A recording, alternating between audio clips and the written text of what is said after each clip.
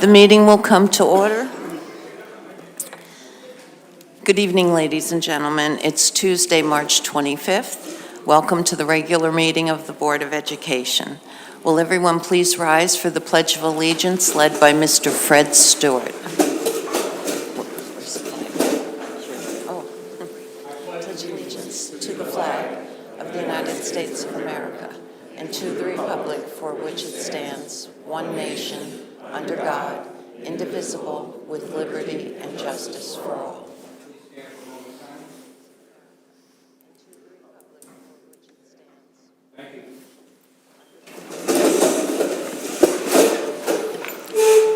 Roll call. Ms. Christine Bello. Here. Ms. Thomasina Bello. Ms. Mackenzie Boucher. Here. Ms. Victoria Boucher. Here. Mr. Bergarelli. Here. Mr. DeRay. Present. Mr. Howard. Here. Ms. Politi. Here. Mr. Stewart. Here.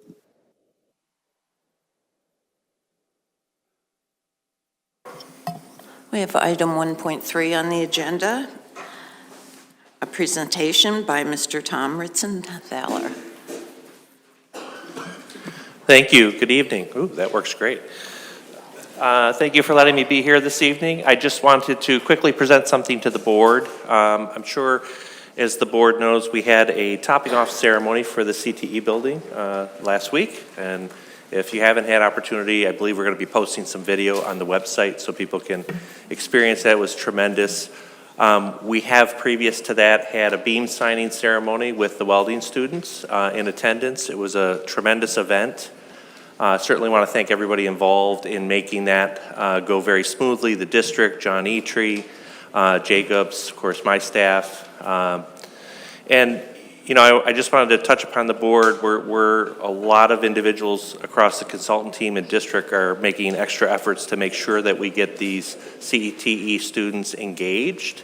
The construction of the building is a wonderful opportunity. So we've had them up to the site, learning about construction, learning about masonry construction with the contractors. It's been really a great experience. We've had 2 separate occasions where the students have come to our office and come to the office of Pastoral Associates and learned about pathways to becoming professionals, engineers, architects. It's been an incredible experience for them. They really have been engaged in the process. So again, we're going to be giving the district videos of that experience and some photographs so you can post it on the website. But it's been a tremendous experience. And again, thank you for all the people in the district that made that happen, John Etrie especially. It's been tremendous, and all the instructors that were involved. So I did want to, you know, we like to celebrate these moments, but we also like to commemorate those. So for the beam signing we had with the welding students, we put together a collage of photographs to memorialize that occasion. I have one for the Superintendent and Board of Education to put in your building. And I also have one for the instructors, the welding instructors, so they could put it in the welding lab and eventually the welding lab at CTE, which will be a constant reminder. And actually the beam that they signed is not too far from the welding lab. So really, really remembrance for them that they were a part of it, a part of the construction and the history of the building. So thank you.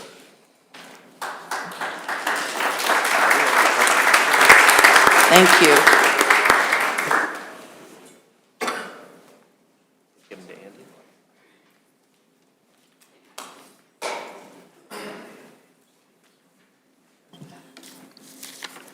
Before we begin public comment, I just wanted to say and take a moment to recognize the incredible talent and dedication of our students. Over the weekend, many of us on the board had the opportunity to attend the high school's production of Footloose, and we were truly blown away. The vocal performances were outstanding, and it was clear that every student poured their heart and soul into the dance numbers.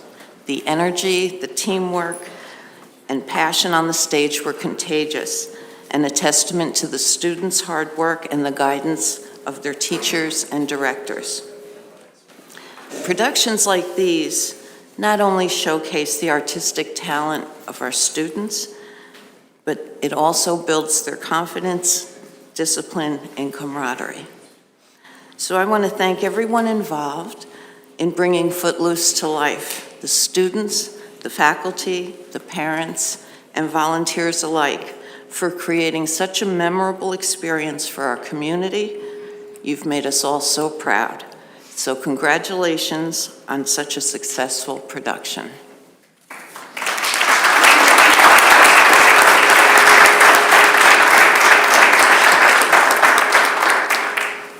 Okay.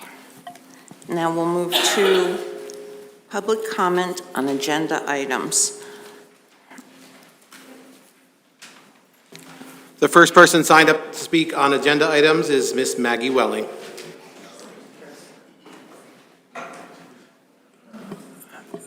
Mr. Howard? Yes, if I could ask Mr. McCoy, how many people do we have signed up to speak?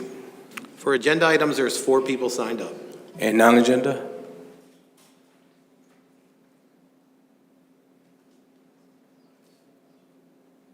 $14. So would it be possible to allow the amount of time that's not being used for agenda items, to extend that time to the members of the community to speak on the non-agenda portion? I would like to move that we allow the allotted time that will not be used for agenda items to extend to the community to speak on non-agenda items. Second. Yeah, there's a motion and a second, ma'am, to use the leftover time from agenda items and carry that over to non-agenda items. Roll call. Ms. Mackenzie Boucher? Yes. Ms. Victoria Boucher? Yes. Mr. Bergarelli? Yes. Mr. DeRay? Yes. Mr. Howard? Yes. Ms. Politi? Yes. Mr. Stewart? Yes. Ms. Christine Bello? Yes. Ms. Thomasina Bello? Yes. Agenda items, Ms. Maggie Welling. Okay, I apologize, because I do have allergies, so my voice is going to go in and out. Okay. Hello, my name is Maggie Welling. My husband Tristan and I are 24-year parents of this district. Our oldest graduated in 2014, and then we had a 2022, 2023, and then our youngest will graduate in 25 this year. I stand here tonight to speak on some of the agenda items and the voting past of some members of this board. I took the past week to go through the minutes that were available since July 2nd, 2024. Oh my God, I'm sorry. Since July 2nd, 2024, this board has voted on 641 items. 100% of the time, 2 members with the same last name and apparently working together vote precisely the same way every single item. All 641 votes are exactly the same, and nobody else on the board voted in that manner. I believe that these members are up for re-election. I want everyone to be aware of the lack of consideration when voting. Regarding voting, the board has voted 5 times on public taxpayer comments.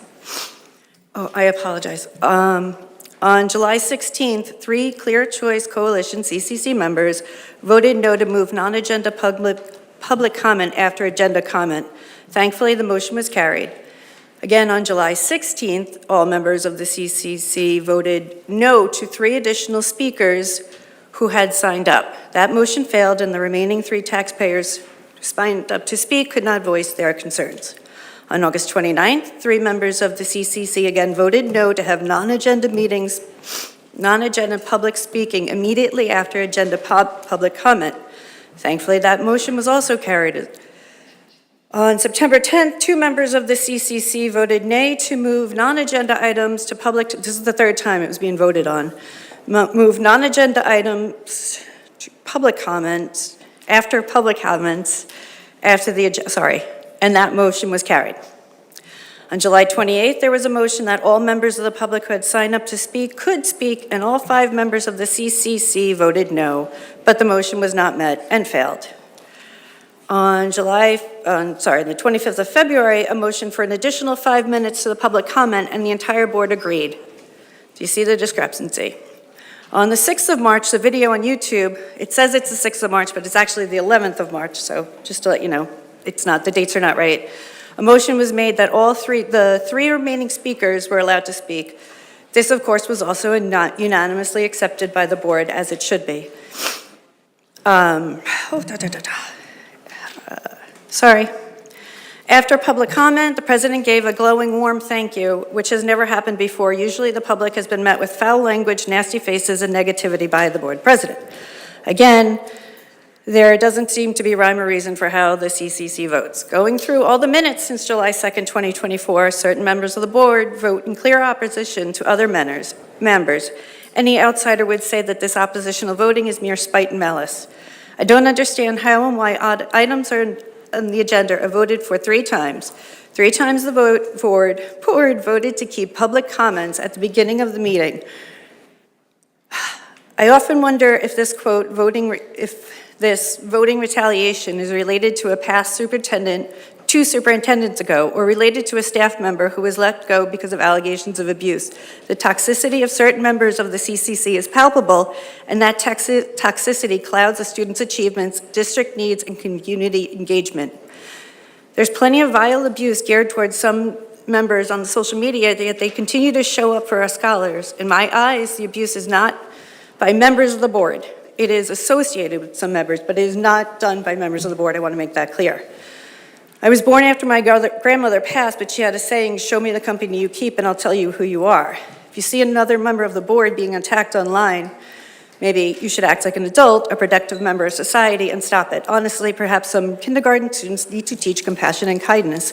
I had a good ending, but I must have cut it off, so then I'm done. Thank you.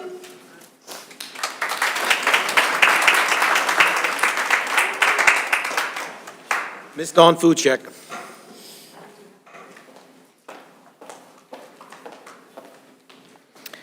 Good evening. My name is Dawn Futek. I reside in the town of Newburgh. Tonight, I'll be addressing Agenda Item 6.2. The resolution states that in accordance with policy number 1600, titled School Visits, individual board members have no more authority than any other member of the school community to be present in school unless the board has taken official action to designate a member as its representative for a specific purpose. Furthermore, policy number 1600 specifies that board members may conduct building visits only as required by education law, section 1708, or through a formal board resolution. It appears that this resolution is on the agenda for that reason. However, my question is this: what is the specific purpose of this meeting? What concerns need to be addressed? What authority is being granted to this individual board member?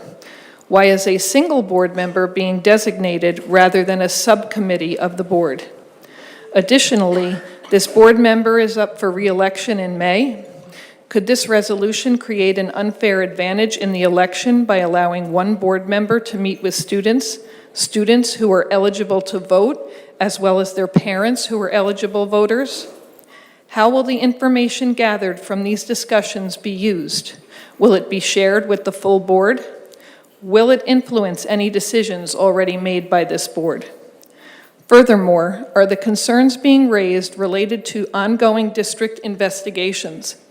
If so, this presents a clear conflict of interest. The board serves as the final step in the appeals process when individuals challenge the outcome of investigations. Board members must remain impartial. How can that be maintained if individual members are privately meeting with those who may later appeal to them? If this meeting is intended to address students' concerns regarding the reinstatement of football coaches, there is already an appropriate process in place for their voices to be heard. Students and community members can present their concerns during public comment at board meetings, as they have done, and as I think they will do this evening again, or by emailing the full board. There's no justification for a single board member to meet with students privately. A board member's authority exists only as part of the collective body and is exercised through voting on resolutions at official public meetings. This resolution risks overstepping a board member's role and does not align with best practices outlined by the New York State School Boards Association.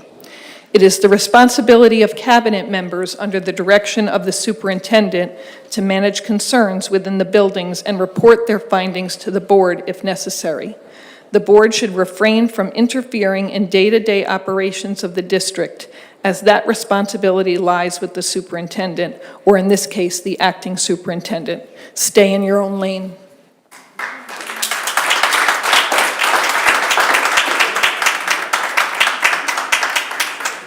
Ms. Tracy Wallace.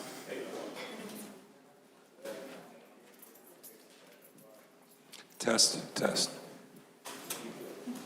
I guess I just gotta move up.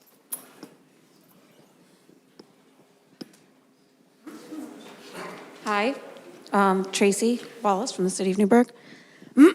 I also want to speak speak about 6.2. I think the last speaker just nailed all the points in that. Education law, sorry. Education law 1708 states each board shall appoint one or more committees to visit each school or department under its supervision, and such committee or committees shall visit such schools at least once annually and report at the next regular board meeting of the board on the condition thereof.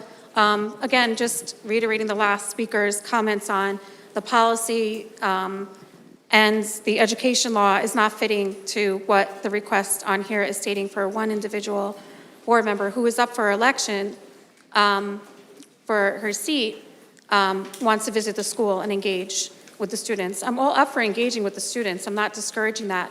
But if there was a committee that was a fair committee between more than one person, then I would say that that would be at least fair. But as far as using the policy for 1600 and the education law, it just doesn't fit from what is being requested.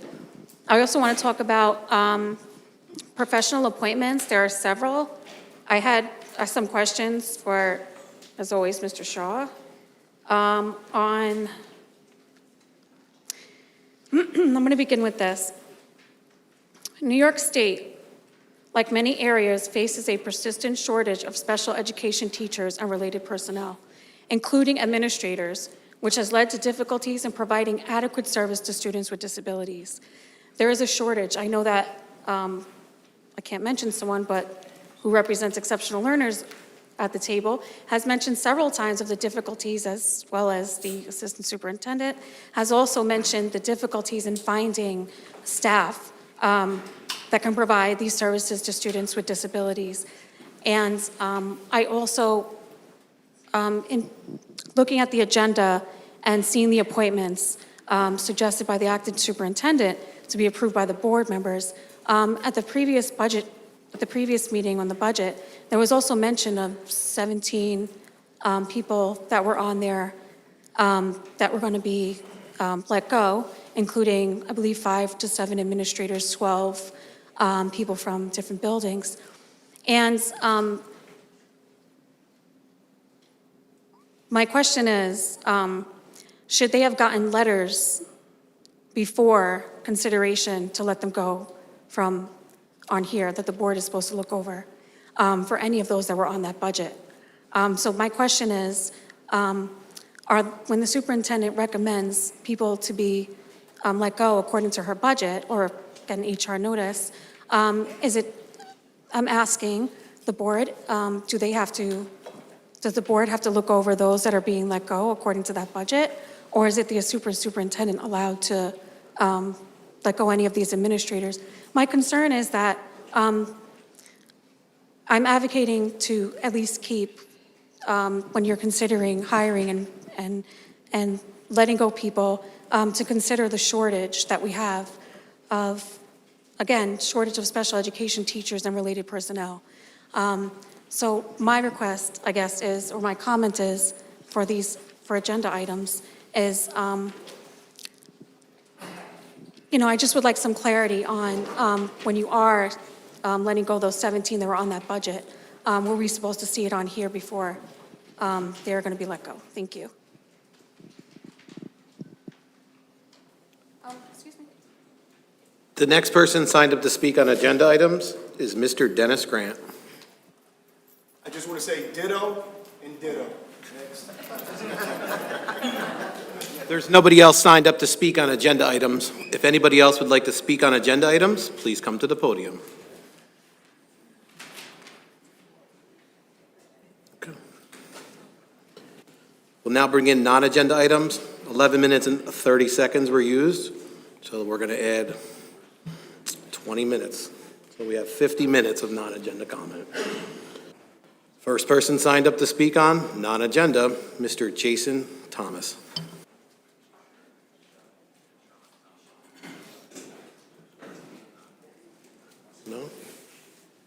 right, move on. Miss Maggie Welling.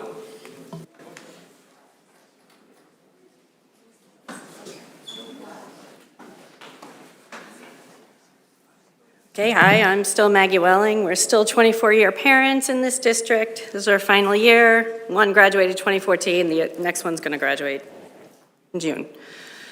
Didn't grow up here. I have only positive things to say about the district and the opportunities it has afforded my children. There's a lot of, we know this, there's a lot of negativity surrounding our school district, our towns, and everything like that. And most of it comes from lack of knowledge and pure ignorance. Fortunately, Newburgh is one of the most diverse areas in New York, and I'm so grateful that I moved to this area, to this town.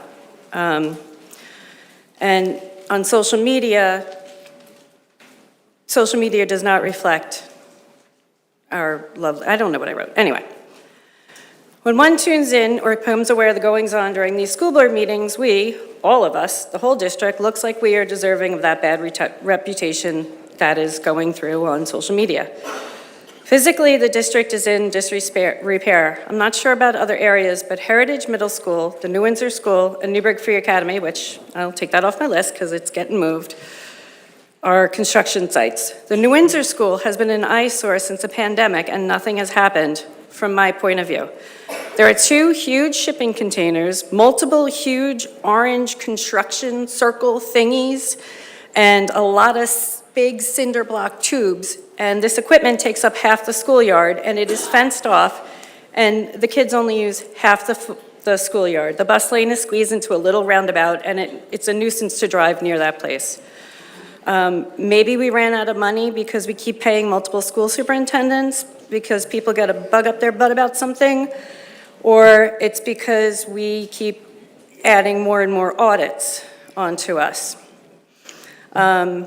My other non-agenda item is still would like to know what the school policy on ICE is and what will this, if ICE attempts to enter our school district, what are we prepared to do? Are we allowing them to enter our schools? Are we going to have counseling to help the children that watch these ICE kidnappings? Will we continue to respect pronouns? And please tell me that you all don't need a biology lesson about all 4 genders. And will we continue to treat all of our Goldbacks with dignity and respect? Will we continue to meet all our students where they are and not bend to national extreme right-wing conspiracies? Will we continue to encourage, respect, guide, and protect our community at large?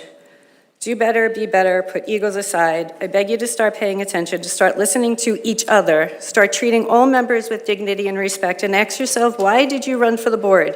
Do you want to enact change, or are you bored? Just do better and be better. That's all I ask.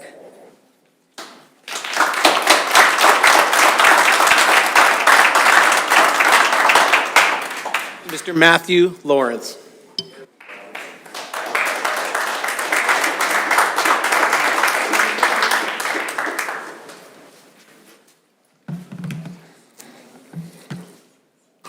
Most of you know me as the announcer of 32 years here, but most of you are not aware of what I do on a daily basis, my full-time job.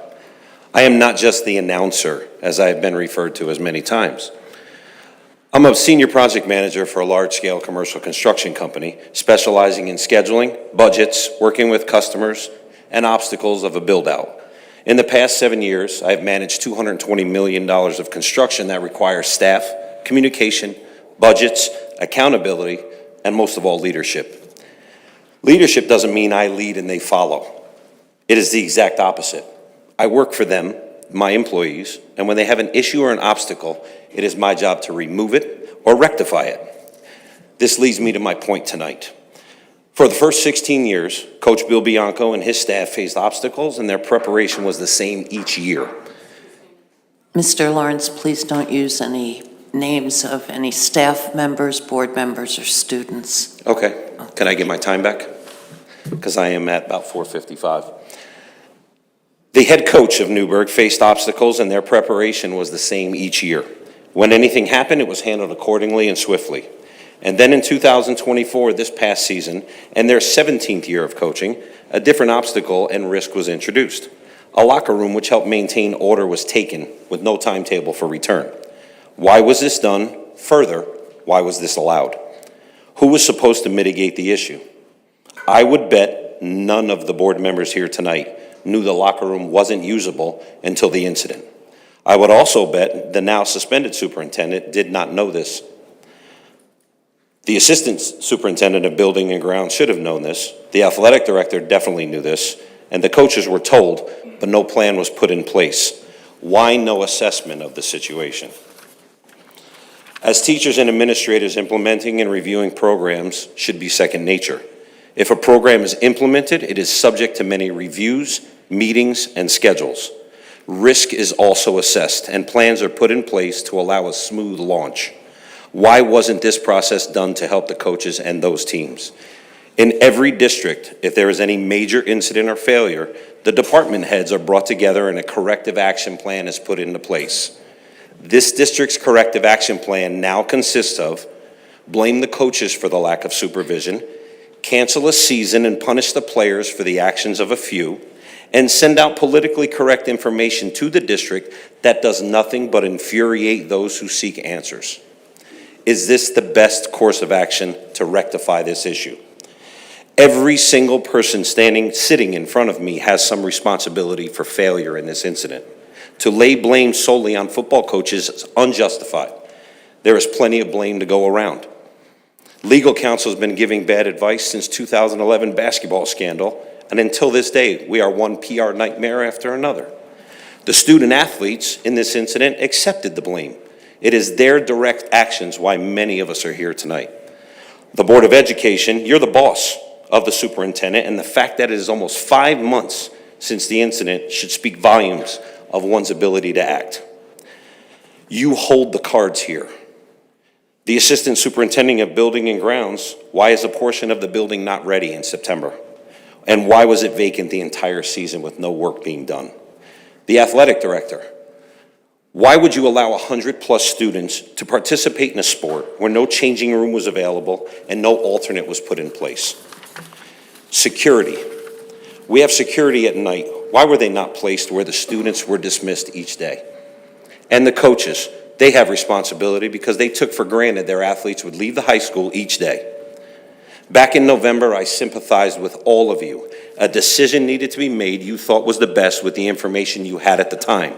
Well, now today we know more. We all know it just wasn't an incident. It was a fundamental failure on every level of this school district, from the Board of Ed to the coaches. We're all asking to you to make it right here tonight. We do move forward. How do we keep them safe? And how do we do better? I'll help you with an answer. You learn from it. You teach from it. Make this a teachable moment.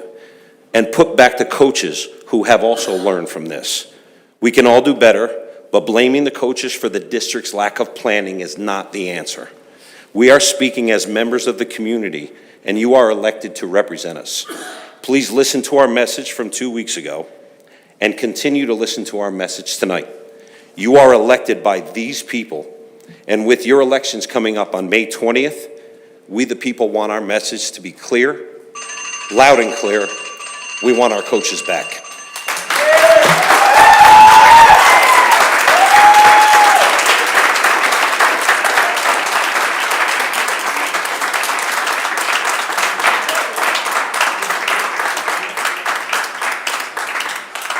Ms. Dawn Fuchek.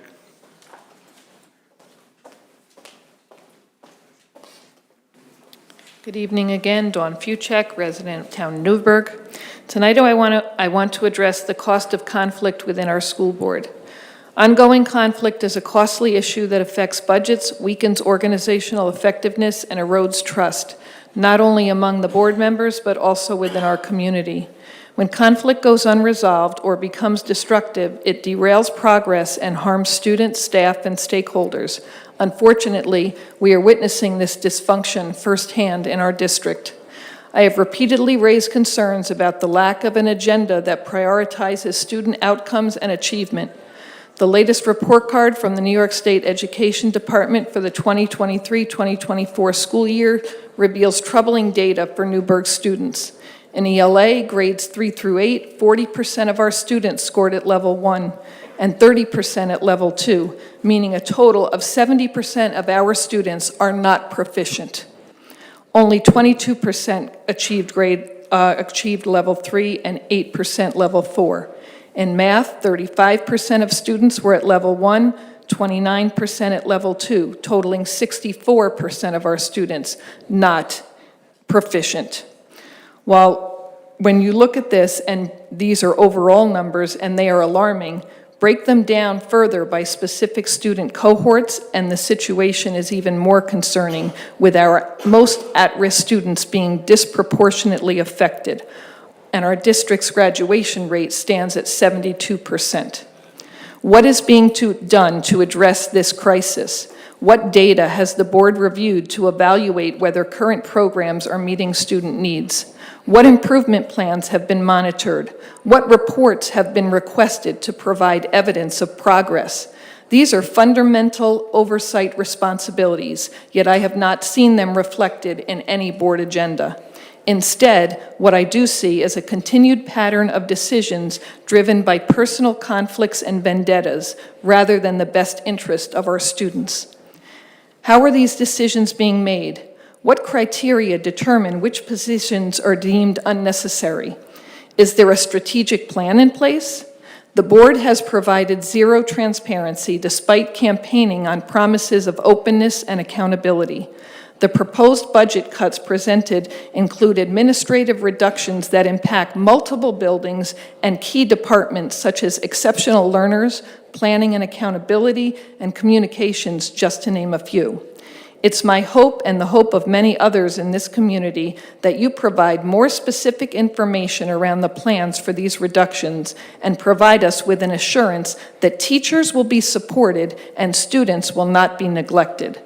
Notably, many of the individuals affected were either hired by the currently suspended superintendent or have clashed with the current or former board members.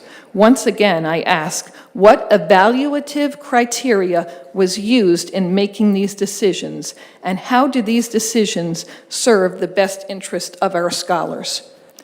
Perhaps most concerning is that those making these sweeping changes lack the experience to do so. 5 board members are in their first year, and our acting superintendent, who holds a temporary position, has no central office experience. It is highly unusual for someone in an interim role to implement such significant long-term changes. Our students are paying the price for this dysfunction. The ongoing conflict distracts from strategic planning and student-centered initiatives. It damages relationships with key stakeholders, including those involving collective bargaining, an especially pressing issue as the NTA's contract is set to expire on June 30th, so negotiations are looming. Newburgh's struggles are becoming widely known, and our reputation is suffering. This instability is making it difficult to attract highly qualified educators and administrators. Staff turnover is alarmingly high, and we are losing talented individuals because they fear for their job security. So I ask again, what is happening in Newburgh? You are literally destroying this district. Our students deserve better.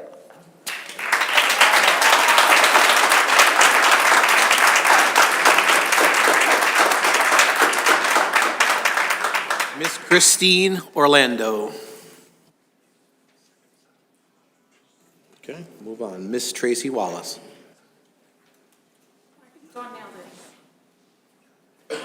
Mr.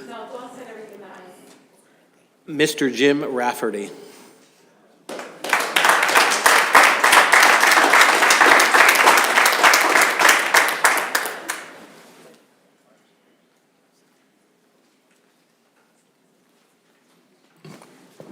Good evening. My name is Jim Rafferty, a longtime Newburgh resident. My wife and I have been in the district for 30 years. I have 3 children that came through NFA, and my third and final is due to graduate this year. I'm here to speak in support of the NFA football coaching staff, not so much as a fault or blame, but I want to focus more on character. I was coach of the youth football program for several years and eventually became president. In my years as president, I came to know the head coach well, We collaborated on program goals to begin one of the best feeder programs in Section 9. When I moved on, Rick Seglio took the reins of the program and grew it in leaps and bounds, continuing to work with the head coach and his staff to prepare students to be successful both on the football field and in the classroom. There would be winter programs to maintain interest with the kids, in which Coach Bianco would participate and provide guidance on his own time. Please, sir, please don't use names of staff. I'm sorry, it was allowed at the last board meeting, but that's how I have it writ. I will make an effort. It was during these sessions that the kids grew to know the head coach and knew that they wanted to play for him when they finally made it to high school. Once in high school, it didn't stop. On top of assisting the youth programs, the head coach had a strict off-season regimen for weight training, and attendance was taken, as it is a very important part of reducing the risk of injury during the season. This prepared the team for what would be fall practice. At this point, the head coach and his staff would prepare the team for competition. Over the years, this pattern would shape these young men into football players. I know firsthand that the head coach would monitor grades of every single player and provide guidance if some were slipping. The coaches get their pay for the season they coach, but for the head coach and most of his staff, the season never ends. Between studying, weight training, film watching, training camps, and so on, the head coach and most of his staff work the program all year long.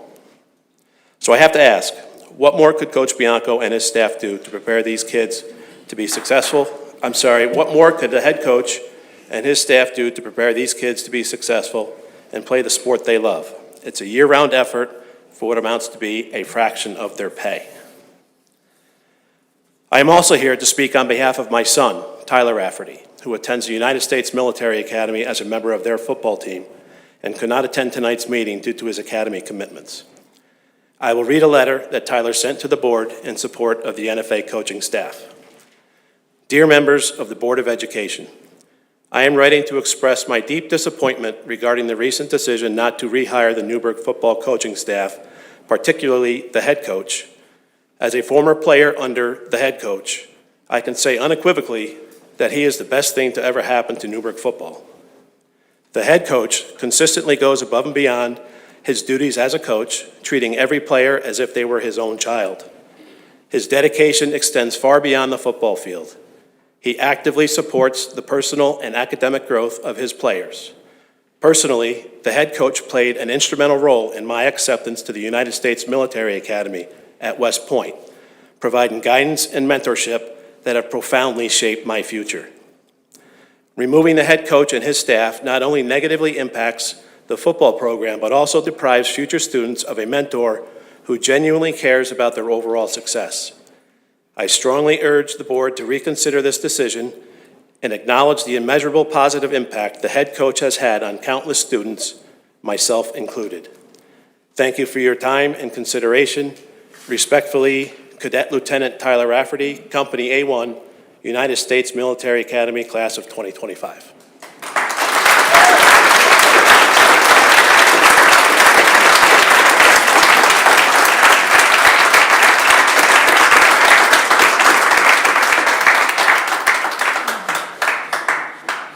Mr. Nair Johnson.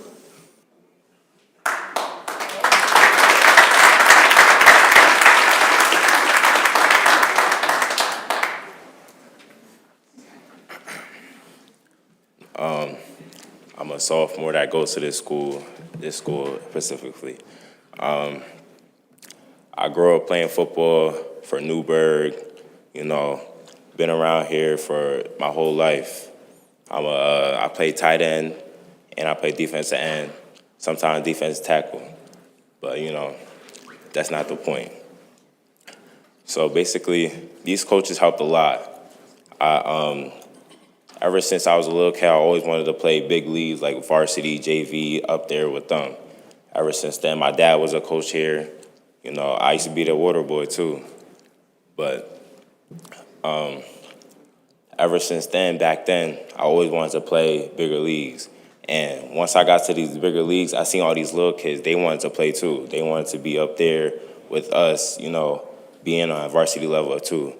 But seeing that these coaches might never ever coach here again, and the kids that wanted to play here, now they might not have that choice to play here, and they might have to go somewhere else. Basically, like, kids, these coaches are amazing. They taught me well, real well. That's the reason why I'm here starting on varsity as a sophomore. I was on varsity as a freshman, but I got moved down. But it's okay, because I'm back up. But other than that, just seeing these kids wanting to be better, be great. I helped some kids. I coached some kids before for some flag football. Just helping kids, seeing the kids enjoy football just in general. Being able to play, it just makes my heart feel good. It makes me want to do this more, show up for the kids more. I just really hope we get these coaches back. We can have another season. And taking the season away from us last year, I don't think that should have never happened. Should have just been something happened real quick, and we could have just kept on playing. But things happen, stuff happen. But I feel like we should just bring the coaches back, so these kids and anybody else that want to play football get the chance to experience these coaches and just have an experience to see the big crowd, just hearing the music, hearing the people clapping just for them, and just having an experience that they have. But yeah, that's really it.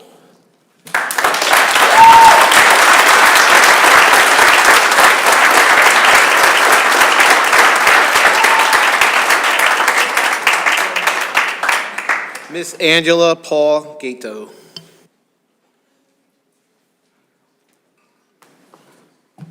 Hi. Okay. Hi, my name is Angela Paul Gato. I'm a resident, of the town of Newburgh, a business owner of the city of Newburgh in Labor District. I have two of my kids in the district. One is an 8th grader at Heritage. The other one is a senior at NFA. And I'm coming here because my concerns is about all the weird decision that you guys are taking every time. I've been coming to those meetings for a little while. I try to come at all of them, but that's not possible most of the time for all of us who have a life. But I think it's important for us to be there. I went yesterday to the city council meeting and told the council itself and the residents that they should come to those meetings a lot more than what they're doing right now. But I just wanted to first bring the concern about the suspension of the superintendent without knowing the cause. Like all the decision that's been taken by this board, we as the residents, we don't know. You just send that to us and we have no clue what is the reason. Each time I come to the board, it feels like it's always a no from those 5 same people, 5 same council board members. And you said earlier that you went to see Footloose, and I don't know if you remember that scene where there's a city hall board members and they all say no. That totally remind me this board. It was just like... So it looks like as long as, it's like a lot of conflict of interest, and as long as it's not borderline legal, borderline legal, you are content with all the decisions that you make, even if it's totally a lack of common sense. We, the community, heard about the pink slip.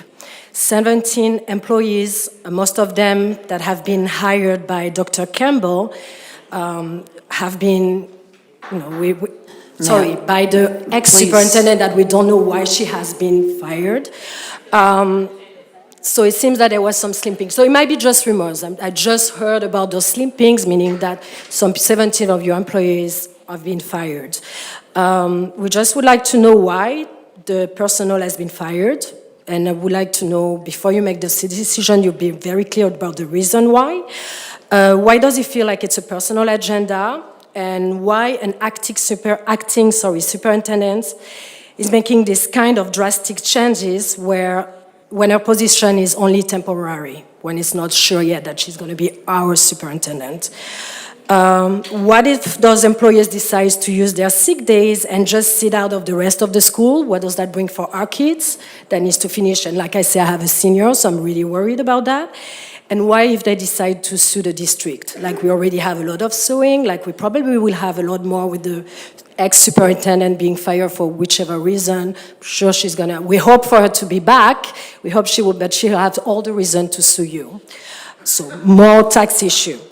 Your actions already putting us in peril with, so Dr. Kemp, sorry, the ex-superintendent. But how is this the best interest for the students? With exceptional learners always being such an important part of the district, how can we fire 2 directors from that program? That makes 0 sense. And who is the district planning to put as new principals for those affected buildings? That's my question. Don't you think you should make the community be aware of those drastic decisions that you are planning to take before implementing them? That would be to be a little more open with us would be great. And because we cannot say, I heard also that the people that will be fired, the voice of Newburgh is part of that, which is killing me. Like I love to hear that beautiful voice. You know, each time we have the Goldbacks, hello Goldbacks, in the phone, and same, I would like to know what she did wrong to be part of those pink slips. So I just want more opening about who are the people in the pink slips, if it's just a rumors, and I hope so, it's just a rumors. But yeah, if you can have more opening about that. Thank you.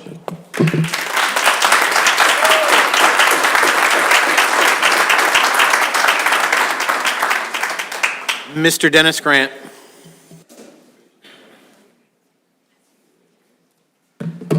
Dennis Grant, Newburgh. Kudos to the Newburgh Teachers Union and the board members, family, and friends who staged this takeover to further have our scholars' reading levels remain subpar. To continue chaos, to continue chaos with more lawsuits ahead while spending over $300,000 to find the forensic truth when the truth was in front of you all along. Where did you get your training, concerned makeshift auditor, board member who was disturbed about the school district's financials out of a crackerjack box? There was no malfeasance, and you still toed the line. Shame on you. Deceitful souls can't see the truth. They disband the truth. They create this school district to appear so chaotic, no one wants to sift through the dung this board has recreated. For the children, this district's product which we produce, your plan stinks.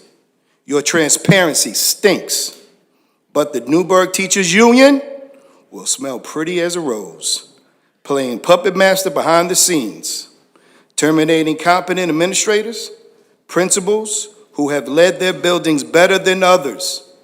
And I'm sure they don't have bad records either. They come to work, they follow labor agreement, they have success, they lead. That is what we need, right? And Madam Acting Superintendent, did you assess them? Did you have enough time to evaluate their leadership in their respective buildings? If not, you know that is an unprofessional mistake. The school district having the mindset of keeping everyone homegrown in this network of cliques subjected to professional coercion, where success only finds it fit, not the narrative, not the need, is disheartening as a parent and taxpayer. This clear choice remains dysfunctional, divisive, and district-wide hookups while creating more problems than solutions. I remember the people who birthed this coalition with the false narrative of the Padilla Five. Remember that? Well, heck, this group, the Clear Choice Coalition 5, who knows the truth now about the Padilla Five, must have said lawsuits, payouts, mistakes, blunders. Hold my drink. This school district is on a path to where excellence comes to obey or die, where average is elevated.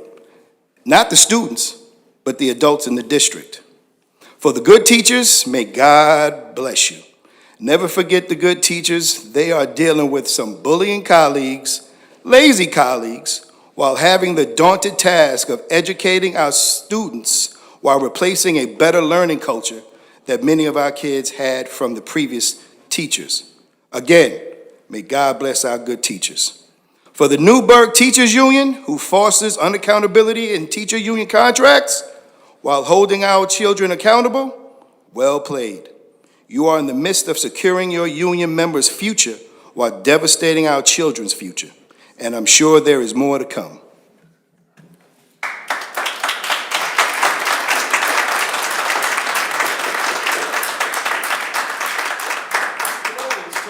Miss Starla Burks.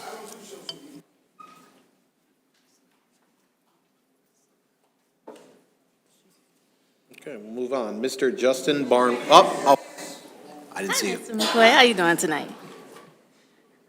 Good evening. Starla Burks, City of Newburgh resident. Every time I come here, I become a little more disturbed and perplexed. Not only with the football thing, not only with the pink slips that went out, not only with the morale of the board, but the morale of our students.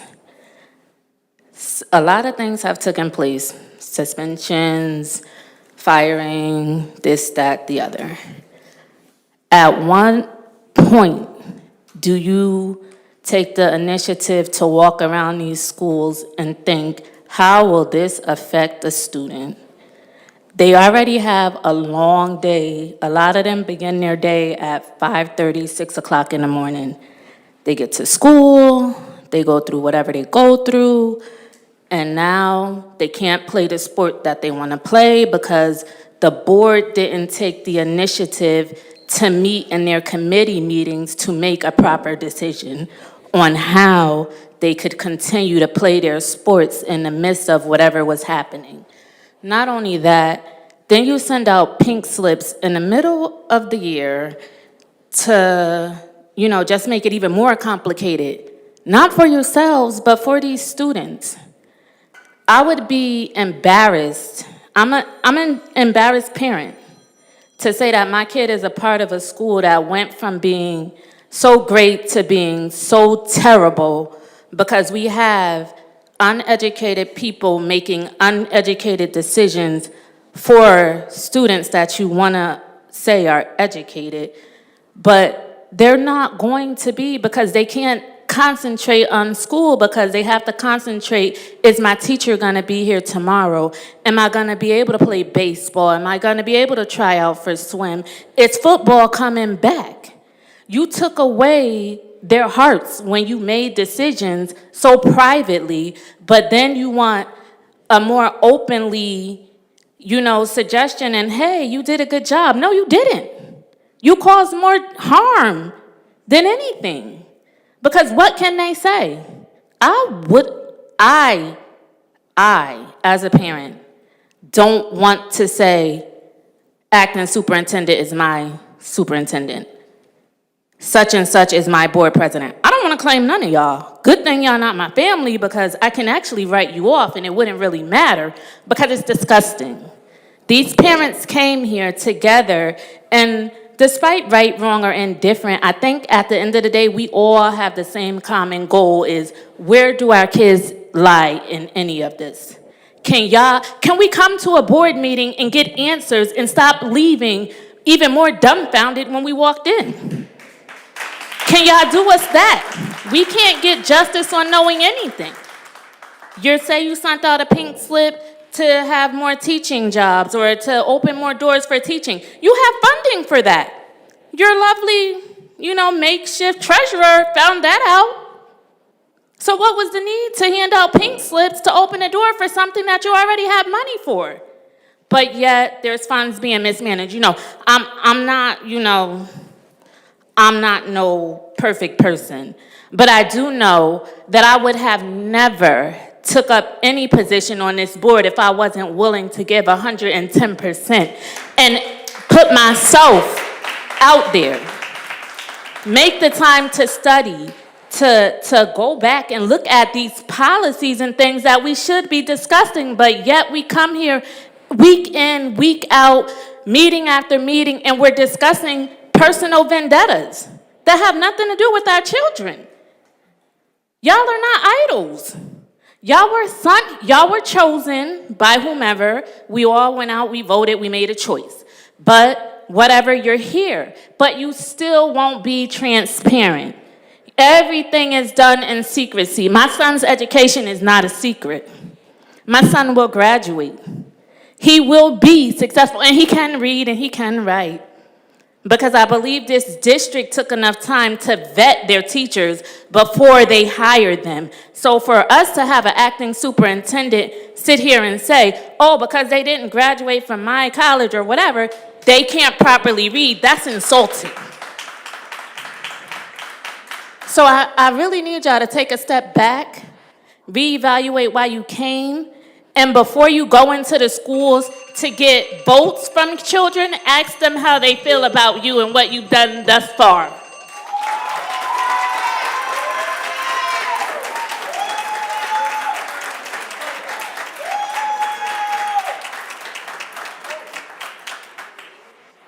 Mr. Justin Barnwell.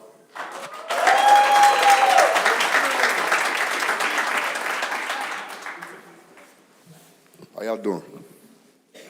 Good evening. My name is Justin Barnwell. I'm the parent of Jason Barnwell. I've been a volunteer coach for the community for the 8+ years.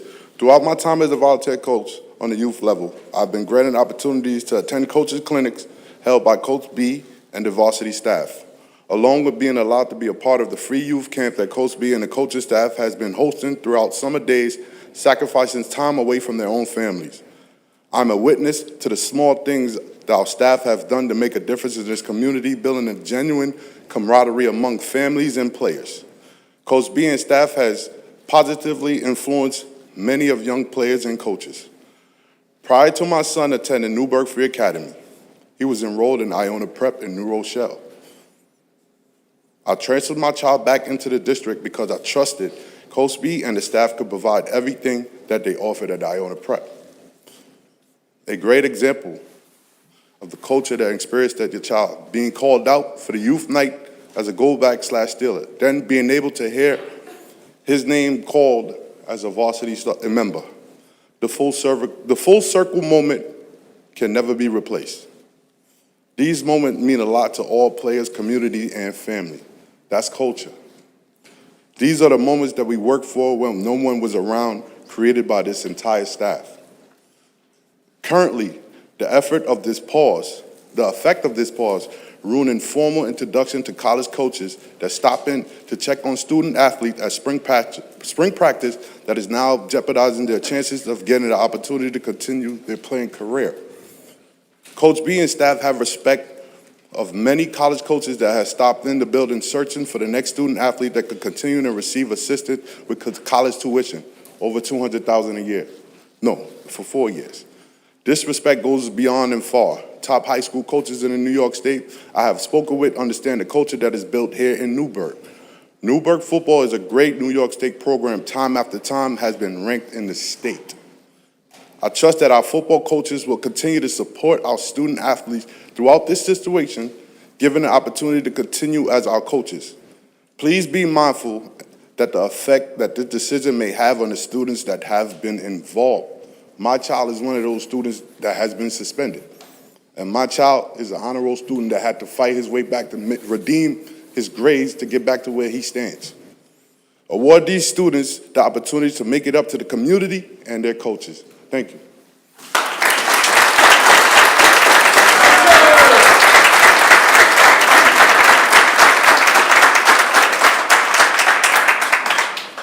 Mr. Mark Levenstein.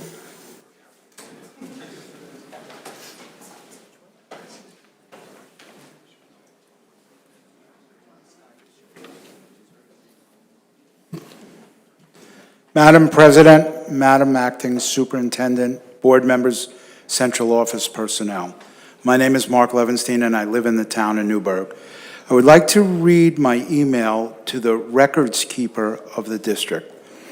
I would like to request the following information. My belief is that all this information is public, but consider this a FOIL request if it is not. I am looking for the RFQs or the request for quotes for the budget consultant and forensic audits. The bids returned to the district for the budget consultant and forensic audits opened on February 20th. The request for additional information, if any, requested by the bidder for the budget consultant and the forensic audits. The contracts prepared or signed by the district for the budget consultant and the forensic audits. In the President's section, both of these resolutions were tabled on the board's February 25th meeting. Both of these resolutions were approved by a majority of this Board of Education on March 5th. Resolution 3.2 on March 5th states that the budget consultant was hired for a cost not to exceed $25,000. The contract was never posted to the district website, so the time frame and the details of the agreement are hidden. Resolution 3.1 on March 5th is a lot more egregious. No details except the firm that was the lowest bidder. There is no public information of the costs. There is no public information of the not to exceed amount. No public information of what the auditors might be looking for and where. I think the public should be aware of the monies going towards this endeavor. And if it is anything like Mr. Grant stated, I think that's quite a large fee to be doing something that we've had taken care of by our internal and external auditors. Thank you.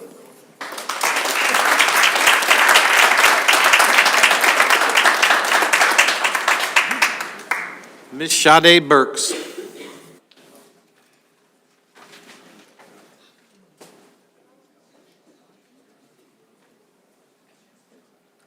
Good evening, everyone. My name is Sade Burks, a resident of the city of Newburgh.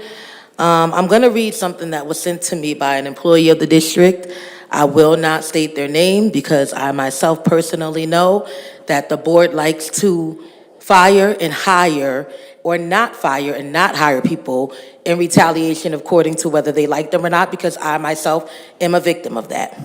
So this person wrote, "The acting superintendent has made the decision about the football team without consulting other cabinet members, meaning she made the decision without the board committee, she made the decision with the board committee, the 9 board members, excluding any superintendent and deputy superintendent. She has dismissed the deputy superintendent from several executive session meetings, stating she is not needed. She has removed certain responsibilities from other assistant superintendents and has taken charge over them.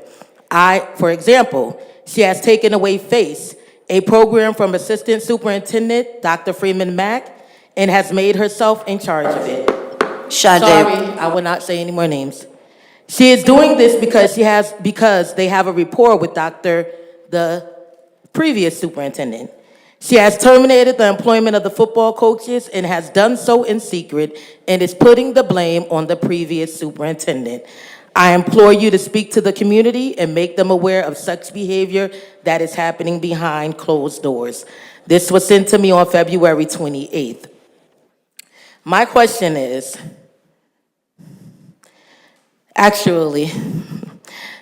my statement is, I watched majority of the board meetings, and the CCC, the Clear Choice Coalition, has continually pushed meeting after meeting about an audit when the lawyer of the district told them that this audit would cost so many thousands of dollars out the taxpayers' dollars. You have one of your members who act like they are an audit person do an audit, right? And he said there was no findings. But yet and still, the 5 majority of this board, the Clear Choice Coalition, voted for an audit, and when the audit came back, nothing was found. So you wasted community members and taxpayers' dollars. For me, that's an issue for me because I am a single mother of this district and I work very hard for my son.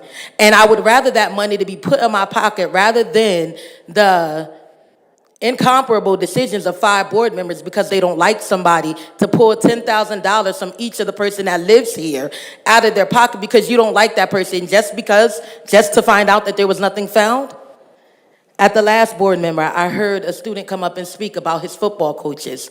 And I have so much respect for him because while he does not agree with the decision that has been made about the coaches, and he is fighting for his coaches to return, he also acknowledged that he did not agree with what happened in the locker room. So it showed that he's taken accountability, not because he was involved, but as a team member, he's taken accountability. But he's also saying, was the punishment should have been that harsh?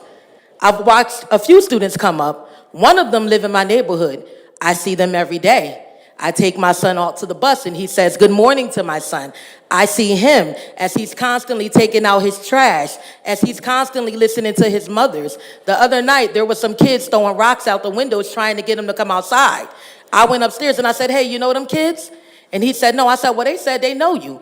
They trying to get you to come outside. He said, I don't know them. I said, okay, well, I want you to know I'm going to tell them to leave. And if they don't leave, I'm going to have to call authorities because I'm trying to go to sleep. That showed me that that young man is trying to do what his mother says to do. He's trying to be a respectable member of society. From July all the way up into November, I watched as 5 Clear Choice members continued to say they wanted the meetings moved from 124 Grand Street because people, they are afraid to come to meetings within the city of Newburgh. I watched as they had community members come up here and call these children criminals, and I fought for these children every day. So for me to see that young man come up here and stand, knowing that he lives in the city of Newburgh, I'm so proud of that young man. I'm not going to blast him because I don't want to embarrass him, but I will speak to him later tonight. This is a football student, a black young man from the city of Newburgh trying to do what's right. But you guys think they're all criminals. What does that say about you? And then you say, so-and-so has the best interest of the kids for the football team. Well, on January 28th, we had 5 members of this board, the Clear Choice Coalition, vote in the acting superintendent. And then you have employees of the district saying that the acting and superintendent suspended coaches in a private meeting. I encourage you all, go back and look at January 28th meeting. Your time is up, ma'am. Your time is up. And then see who voted for your coaches to be fired.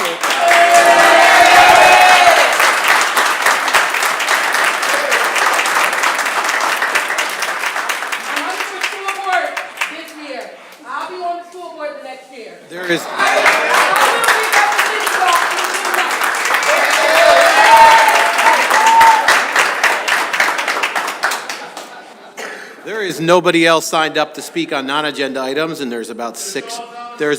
Okay, so Mr. Deshaun Thomas, please step forward.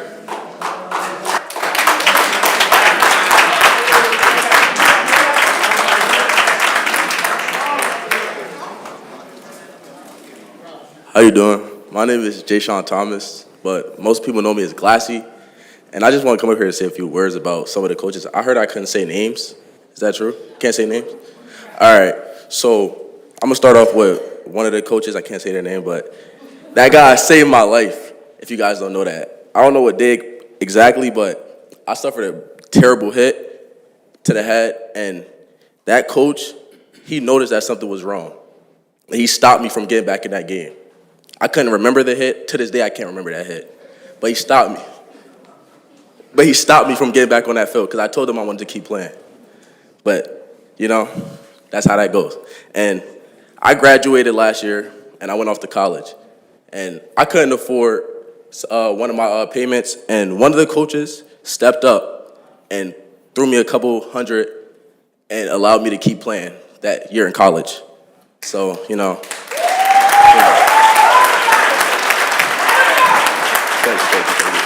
Right? Well, actually, it was 2 coaches that pitched in to help me pay for that. And, hold on. What else? Every day, the coaches in practice will push me to be better. I wasn't a school person. I didn't do homework. I didn't do all of this. But every day, they would push me to be the best version of myself. They would tell me that you can't take this football thing as far as you want to if you, can't put school first. And I know for a fact that when that incident happened, that if the coaches knew about that, every athlete involved would have turned into track athletes because they would make them run snakes, hills. The grass on the hill would have been tarnished. Tarnished, I'm telling you, because they make us run if they would have heard anything about that. But that's all I have to say today. Thank you.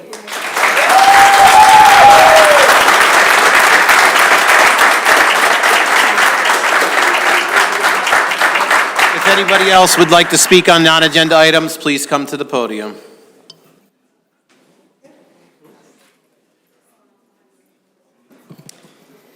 Deborah Boulay, Town of Newburgh, 17-plus year teacher in Newburgh, master teacher in Newburgh, mentor to new teachers, taught new teachers, orientation, et cetera, et cetera, et cetera. Community advocate. Let's be clear, you're not going to like what I'm going to say, but I do expect respect because I gave it to you. The hypocrisy around here is unbelievable. This board always runs on votes. Every person has one vote. If there are 5 votes, then that passes. There have been many years where there have been other blocks of 5 who have voted that have created these failures that are not new this year. I have been speaking about the failures in this district for at least the last 4 years. As a teacher teaching high school in this building, both English and algebra, I have firsthand knowledge of 18 and 19-year-old men who are in my English class who can't write the sentence, "the dog barked."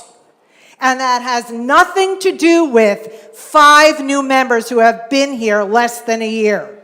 And you are kidding yourselves if you think that that is the cause.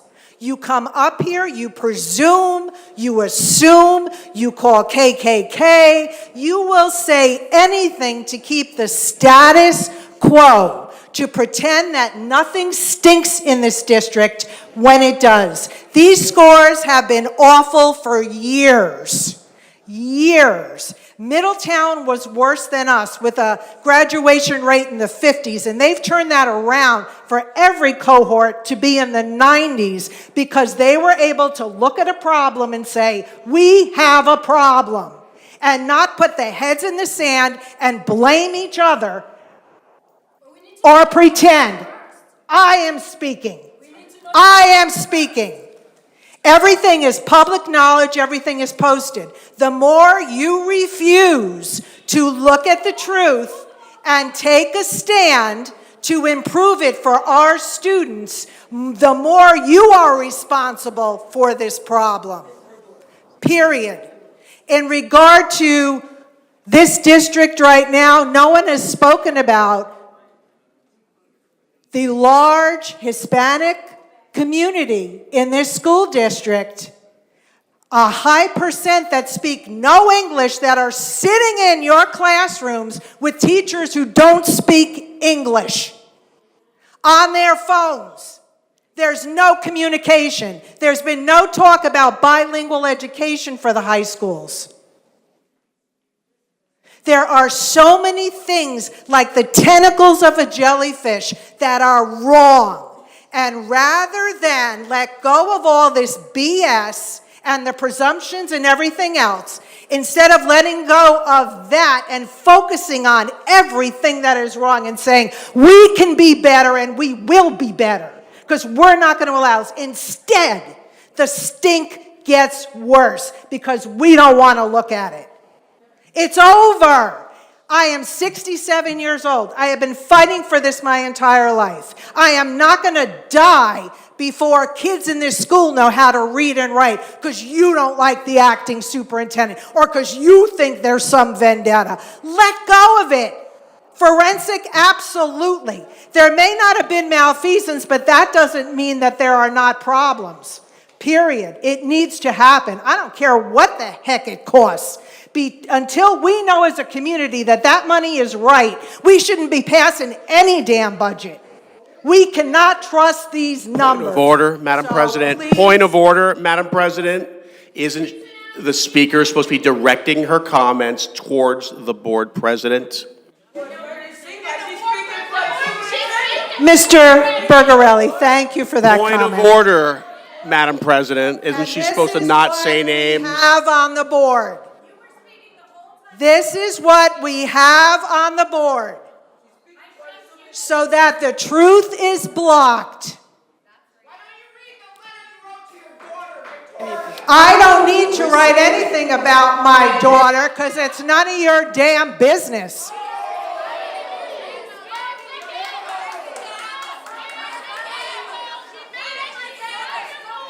This is why the students are the way that they are. Thank you.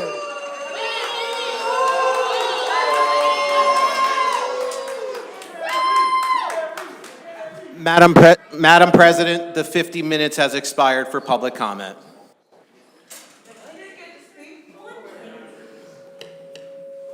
Mackenzie. Can I make a motion to go into executive session? Second.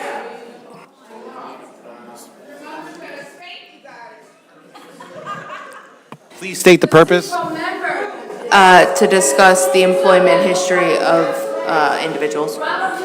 Is it possible for me to sit now? I want to say this. I've been to these board meetings from September up until, I am asking, because this happened. Point of order, ma'am. We have- There's a motion. Point of order, Madam President. There's a motion on the floor and a second. Exactly. Okay.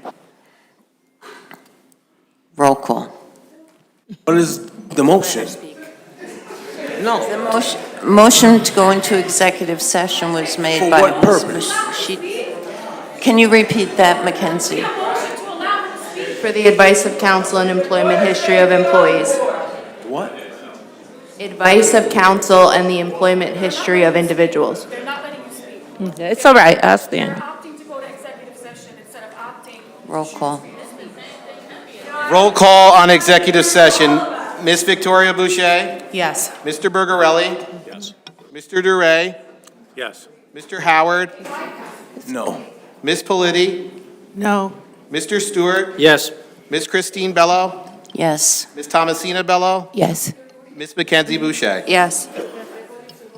It's okay. It's all right. Madam President, point of order. So we're going to leave the parent, taxpayer, at the microphone and go into executive session? But prior to the young lady that was speaking, he asked if anyone else, he didn't put a number on anyone else. He made the statement, does anyone else who has not signed up want to speak?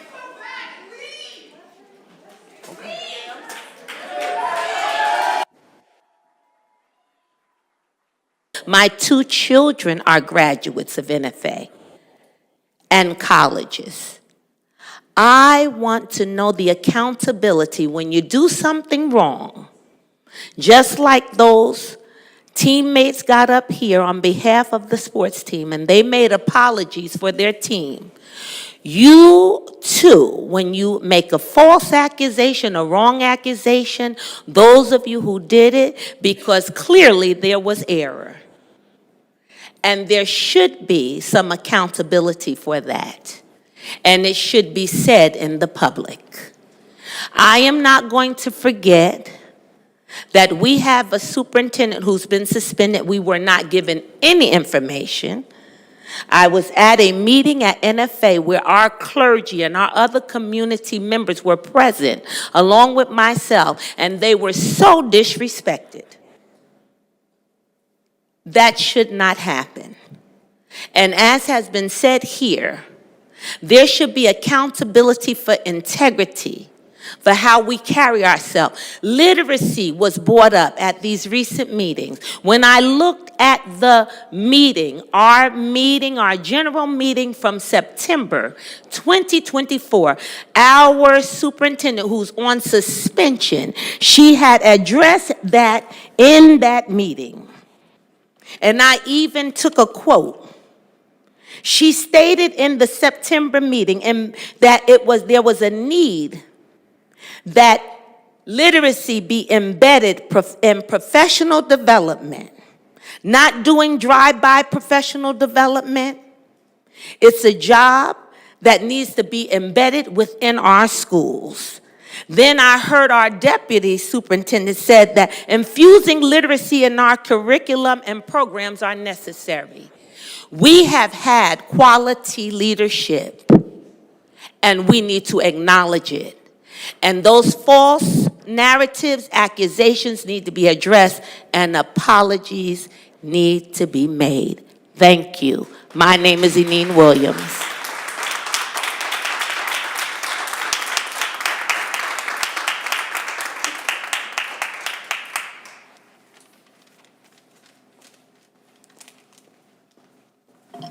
Ms. Boucher.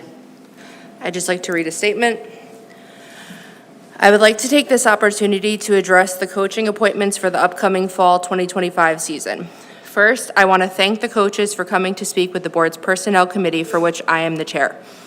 In my view, the highest priority for the Board of Education is the safety of our scholars, whether in school or on the field of play.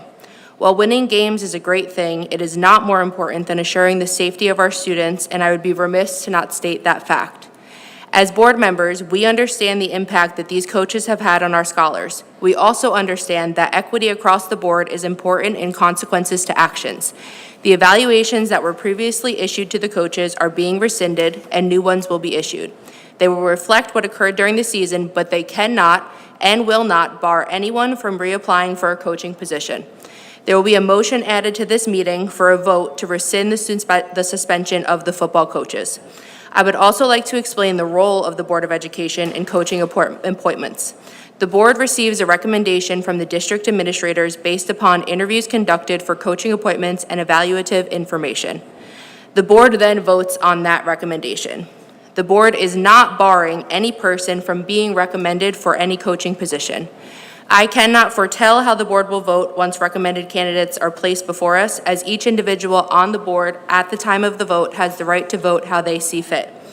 We cannot get the time lost back, but we can move forward. Going forward, the district will be further updating the safety and supervision protocol for all sports. As a board, we want to ensure that the safety and well-being of our scholars remains the top priority, and we welcome working alongside our coaching staff to ensure that that statement remains true. Thank you.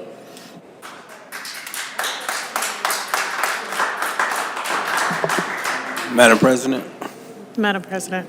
Mr. Howard. if I may, I would like to move that the suspensions of the football coaches be lifted and that they be allowed to engage with their students, and we do that this evening. So point of order, Mr. Howard, I have a resolution if you would like to hear it. Oh, absolutely, thank you. Be it resolved that the suspension imposed upon the football coaches during the fall semester of the 24-25 school year are hereby rescinded. Can I have a motion? So moved. Second. Any discussion? No. Roll call. This is to add to the agenda. Roll call to add. Ms. Mackenzie Boucher? Yes. Ms. Victoria Boucher? Yes. Mr. Bergarelli? Yes. Mr. DeRay? Yes. Mr. Howard? Yes. Ms. Politi? Yes. Mr. Stewart? Yes. Mr. Christine Bello? Yes. Ms. Thomasina Bello? Yes. So now on behalf of the chair, I need to entertain a motion on this resolution. So moved. Second. I'll read the resolution as follows. This is a resolution that just got added, and this is the resolution they will now be voting on. Resolved that the suspensions imposed upon the football coaches during the fall semester of the 24-25 school year are hereby rescinded. Roll call. Ms. Victoria Boucher? Yes. Mr. Bergarelli? Yes. Mr. DeRay? Yes. Mr. Howard? Yes. Ms. Politi? Yes. Mr. Stewart? Yes. Ms. Christine Bello? Ms. Yes. Thomasina Bello? Yes. Ms. Mackenzie Boucher? Yes.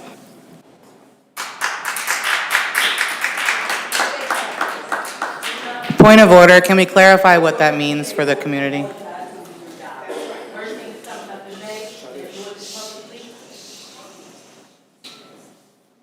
Mr. Shaw? The football coaches have a purpose during the season, and they also have a purpose after the season. So whatever would have been typical for the football coaches would resume effective immediately. And as stated earlier, the coaches may apply for other coaching positions, and the evaluations which had been issued to them have been rescinded and will be replaced with other evaluations.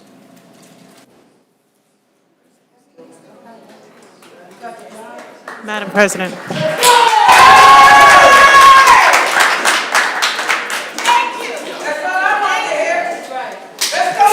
Madam President.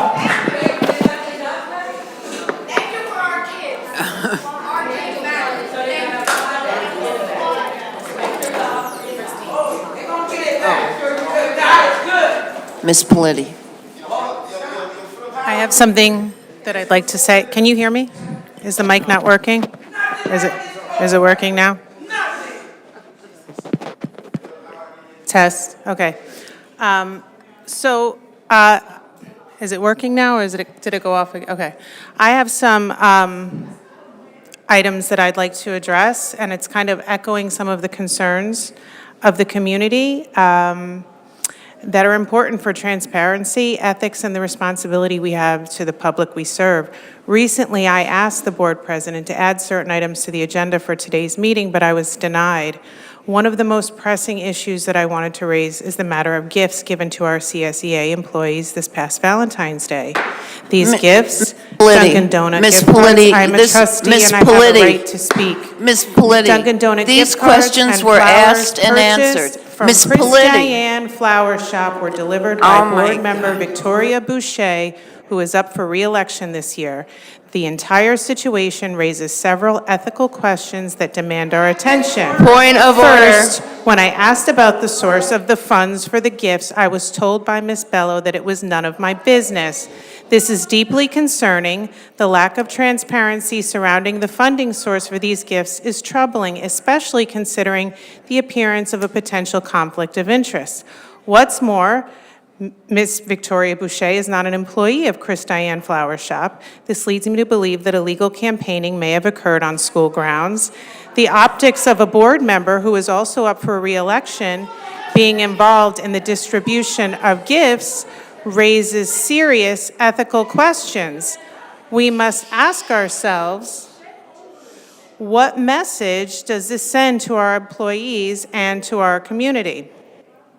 Additionally, our district's ethic policies clearly state that there are limits on the value of gifts that can be given to or gifted by employees, especially when those gifts are procured through a contract with a trustee. This seems like a clear violation of the policy, and yet no one seems willing to address it. We must hold ourselves to the highest standard of integrity, and it seems that those standards are being overlooked when it comes to your own personal and political gain. Ms. Bello, for someone who frequently speaks out about preventing quid pro quo arrangements, it's concerning that these ethical boundaries are seemingly ignored when it benefits you or certain individuals. If we are truly committed to transparency and fairness, we cannot allow exceptions to be made when it suits the agenda of those in power. In addition to this issue, I requested that the board agenda reflect the amount spent on the budget specialist and the forensic audit. Once again, I was denied and told this information would be available only after a vote. Yet when I look at the agenda today, I see no opportunity to vote on this matter. This is perplexing. How can such important financial details, which are supposed to be available to the public, be withheld? Is there something we're not being told about the spending? It is public knowledge that these expenditures have occurred, yet the public itself is left in the dark when it comes to the specifics. If we are truly committed to being transparent and accountable to the public, we must ensure that this information is made available without the obstruction. This lack of transparency only feeds distrust and gives the impression that there's something to hide. And now while we're at it, let's address the elephant in the room. You, the 5 majority members, whatever you call yourselves, whether it's the Clear Choice Coalition or some other name, have staged a coup to suspend our superintendent who has a 3.5-year contract without any investigation or due process. You've taken drastic action without a fair and transparent investigation, and now you're spending an exorbitant amount of money to try and legitimize these claims, all at the expense of our students. But it doesn't stop here. You've hired an acting superintendent with absolutely zero central office experience. This decision, quite frankly, raises more questions than answers. Instead of bringing in a leader with the qualifications and experience to steer this district forward, or relying on the deputy superintendent, we're now left with someone who is refusing to collaborate with the existing cabinet, creating division and undermining the stability of this district. Furthermore, this acting superintendent is demanding to hire additional unqualified staff at extremely high salaries, all while you claim to be the ones who are the most fiscally responsible. Where is the fiscal responsibility in that? Where is the accountability in these decisions? As board members, you've sworn an oath to act in the best interests of the students, the staff, and the community, but these actions, questionable gifts, financial secrecy, and lack of due process in suspending the superintendent and hiring of unqualified staff at inflated salaries reflect a lack of responsibility, integrity, and transparency. We cannot continue down this path of questionable ethics and decisions made behind closed doors. We cannot allow these types of actions to become the new normal in our district. I ask you, board members, to pause and reflect on the direction we are heading. We owe it to our students, employees, and community to make decisions that reflect the values we claim to uphold. And I ask the community to stay engaged, stay involved, and vote.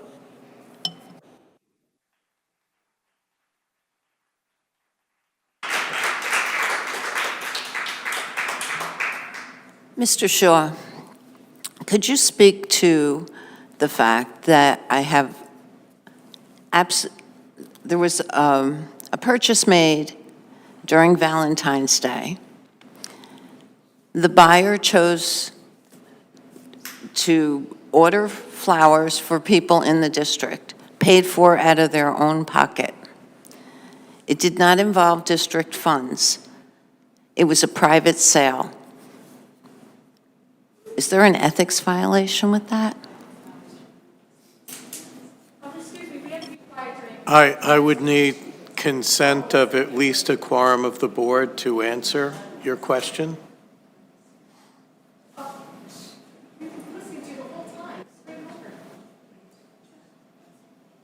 Do we have a quorum of the board to allow, by a show of hands? Okay. Yes, please. So in terms of board ethics, the district does have a policy that addresses ethics. It's 2160. And in part, it restates provisions in the New York State General Municipal Law. And in terms of the issue of gifts, board members may receive, and also all employees of the district may receive a gift which is valued at no more than $75 during the fiscal year, which would be from July through June. That would be individual. And the same would be true of giving the gift, that it would be no more than $75 per individual.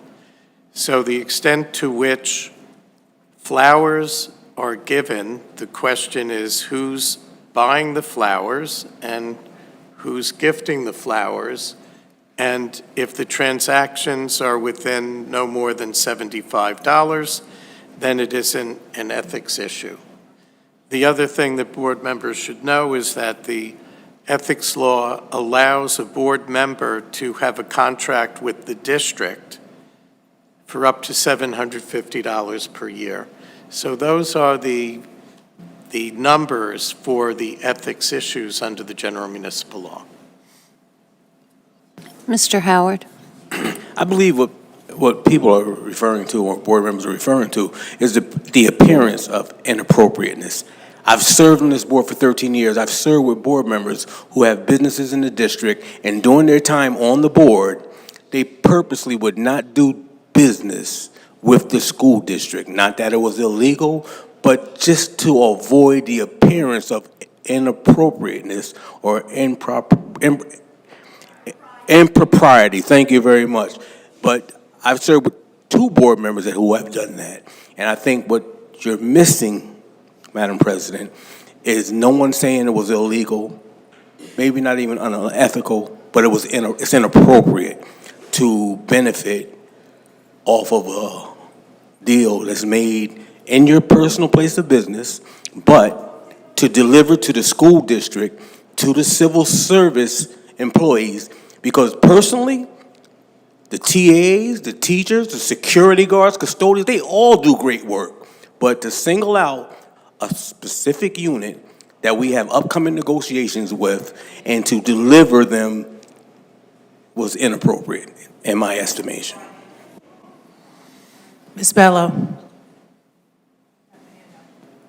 Furthermore, Ms. Bello refuses to disclose who the purchaser was, and it's very convenient that Ms. Boucher, Ms. Victoria Boucher, is up for re-election, and she is not an employee, and she is delivering them to the largest voting bloc in the district. Seems very strange. I have, Ms. Politi, I have a professional responsibility too, okay? I did not tell anyone to call me, and I will let you know also that I've been in business longer than you've been alive, okay? Yes. And so, all the time, almost every week, we make a delivery to one of the schools. Is that unethical? Is that, I'm supposed to refuse? You're refusing the context of the delivery and the purchase. You're refusing I'm to sorry, acknowledge I'm the sorry, but context. my business is a private business. District funds were not used. You're refusing that's the to end of acknowledge it. the context. It doesn't excuse it away. Yes, it does. So we're moving on. Number 4, Superintendent's update. Thank you, Madam President. Joining me in this presentation will be Ms. Marcy Haywood, our Director of Elementary Ed.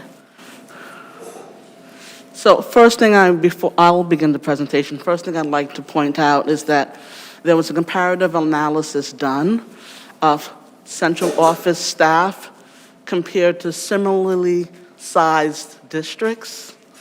So as you can see, Arlington, Wappingers, Newburgh, New Rochelle, Greece, they all have approximately, 11,000 or close to 11,000 students, such as our district does.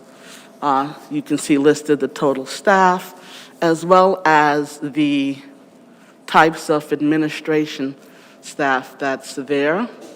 And in looking at that chart, Arlington for senior staff has 15, Wappingers 14, Newburgh 35, New Rochelle 22, and Greece at a whopping 43. And again, all similarly sized districts. And some of them have the same demographics as we do, and some of them do not. Some of them have the same demographics as we do, and some of them do not. In this fiscal time of budgeting and looking at the numbers of central office staff that has been added several years, while the people who are closest to the students, teaching assistants, teachers, those have been cut in prior budgets, I am looking to ensure that we can spend our budget in this constraining time closer to the classrooms. So I will be putting in recommendations to our board, and the board has the final say on additions as well as subtractions in staff. So I'm looking to reduce our current numbers of 35 central office administrators down to 27, based on deleting some positions and then giving some of those roles to others, because we're going to have to work harder with less, because we are in a budgetary constrained time. The ARP money is gone. We have to pass a budget, and I do not want to put the burden of paying more taxes on the taxpayers, of which I am one. The next slide, please. The next slide, please. I wanted to share some of the expenditures that we have utilized in the program that we have used officially since 2021, the American Reading Company. That has been the reading program that has brought us the results that we currently have with only approximately 30 students reading on or above grade level and 60 to 70% of our students failing in reading. This has been the cost since 2019 of this program, where we've spent approximately $8.5 million on a reading program that has failed our children. Next slide, please. Some of the budgetary additions that I'm going to ask the board will involve some training, well-needed training for our staff and some of the programs, and here's the cost of those programs. So for example, Wilson Reading training for 28 teachers, grades 2 through 12, looking to have 2 Wilson-trained reading teachers in each building at a cost of approximately a little under $200,000. UFly at a cost of $12,000. That is for our K-2, handwriting without tears for grades K through 3. iReady and Reading League training for all staff in our district. That includes teaching assistants. So this addition to the budget looks at making sure that we have reading instruction tiers 1, 2, and 3 to change and turn around the trajectory so that our children will be reading on or above grade level. I'm going to have Marcy turn it over to Marcy and have her go further with some of the iReady and some of the work with science of reading as part of this proposal. Thank you, Ms. Haywood. Thank you, Dr. Bond. Thank you. Good evening, Madam President, members of the board. At this time, we're going to talk a little bit about teaching and learning and how the science of reading and our partnership with the Reading League is impacting our decisions as we move forward. So let's just do a little recap of what the science of reading is. I'm going to stand this way if it's okay, and I apologize for my back. So let's talk a little bit about what the science of reading is and what it isn't. So the science of reading is just that. It is a science. It is not a philosophy. It is not a belief. It is research. And for over 50 years, neuroscientists have been studying the brain for the purpose of identifying how we learn to read. And here's what they discovered. In order for a person to become a skilled reader, and we've gone over the Scarborough's rope with you before, all of these components to the right are what is needed in order for a student to become a skilled reader. So they're broken down into 2 main components, language comprehension and word recognition. And then each of those components are broken down into a more granular level. Background knowledge, vocabulary, language structure, verbal reasoning. I won't read everything to you, okay? So all of these components need to be in existence, they need to be taught explicitly, and they need to be consistently reinforced for our students throughout their entire education and making sure that we are providing them what they need. This research, in essence, has identified the learning pathway that our brain takes for reading.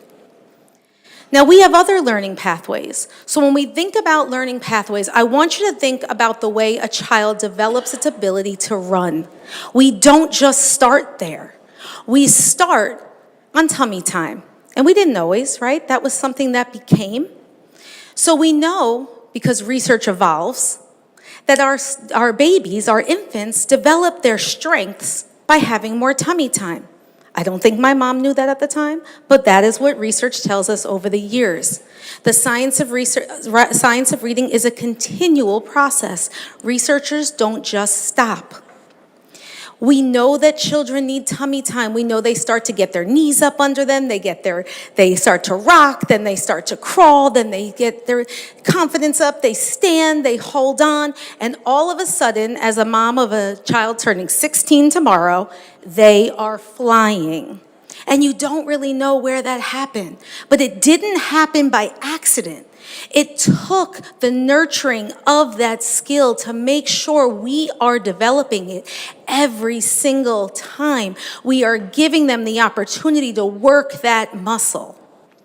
And so too with the science of reading, that is what our intention and our purpose is. So here's a simpler look, and you can see the alignment. It is Scarborough's rope. It's just broken down a little bit simpler.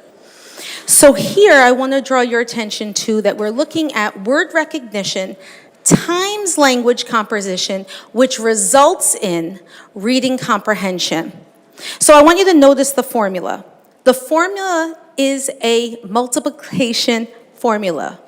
We are looking for the product of both word recognition and language composition, comprehension, and they come together, again, to give us the ability to comprehend that with which we read.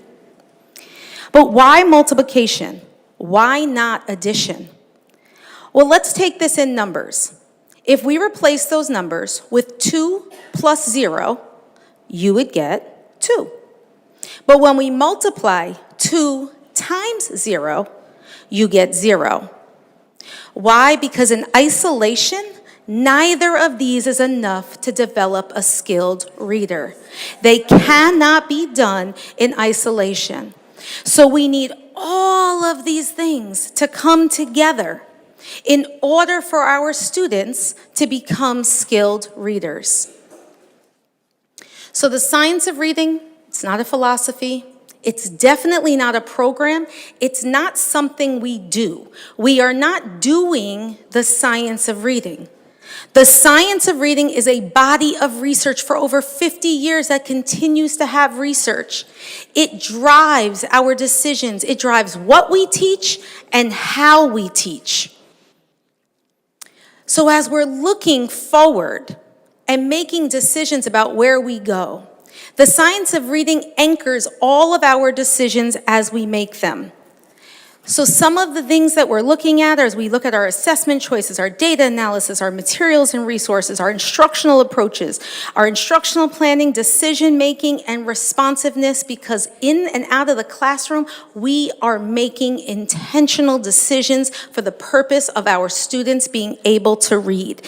It is the foundation of every curricular and instructional decision that we make, and it has to continue to be so. So think of it like when you go to the doctor. You get a physical, you might be well, you have a physical, and there's a diagnosis, right? So that's what we need to do as well. We diagnose, we decide what students need because everyone doesn't get the same amount, and then we decide on the dosage. Very simply, we have 2 goals moving forward into 25-26. We want to provide teachers with the knowledge and training to teach in a way that our brains are desired to acquire learning. And we want to provide the tools, the resources to support learning so all students can learn and achieve. So let's talk about these resources. Dr. Bond mentioned some of our new resources, and we have some additions to our resources. So in the K-8 world, we have the iReady diagnostic. Many of us are aware of that. That is what tells us how our students are doing and what they need. So that diagnostic occurs in literacy and math. It happens 3 times a year. It's English and Spanish. It's untimed. And we use that currently, so there's no new cost. We also have the iReady literacy tasks, and as Dr. Bond mentioned, we have that need for the oral reading fluency. That is a requirement, 1, from the Reading League to partner with us, but 2, it's good teaching. It tells us what we need to know at the most granular level. You get blood work, and then your doctor says, hey, I want to do some more tests. I want to look a little deeper. That's what the ORF is. That's what an oral reading fluency test is. And it already exists right on our iReady platform. We are not purchasing this. It is already there. Our teachers can use it. It is right under the Assess and Teach tab. And it takes 3 minutes to assess our students. We can do it digitally or by hand, and in 2026, it will be in AI, and the students will be able to talk right into a computer, taking that away if the teacher so chooses. If you are old school like me and you still want paper and pencil, that is available to you.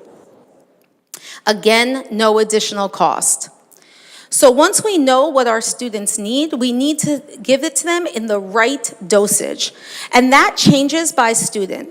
So at K-8 in materials and resources, we're going to continue with the iReady instructional arm. Our teachers are used to this. They have been using it. Thank you to the board. We brought back the literacy one in October, so thank you.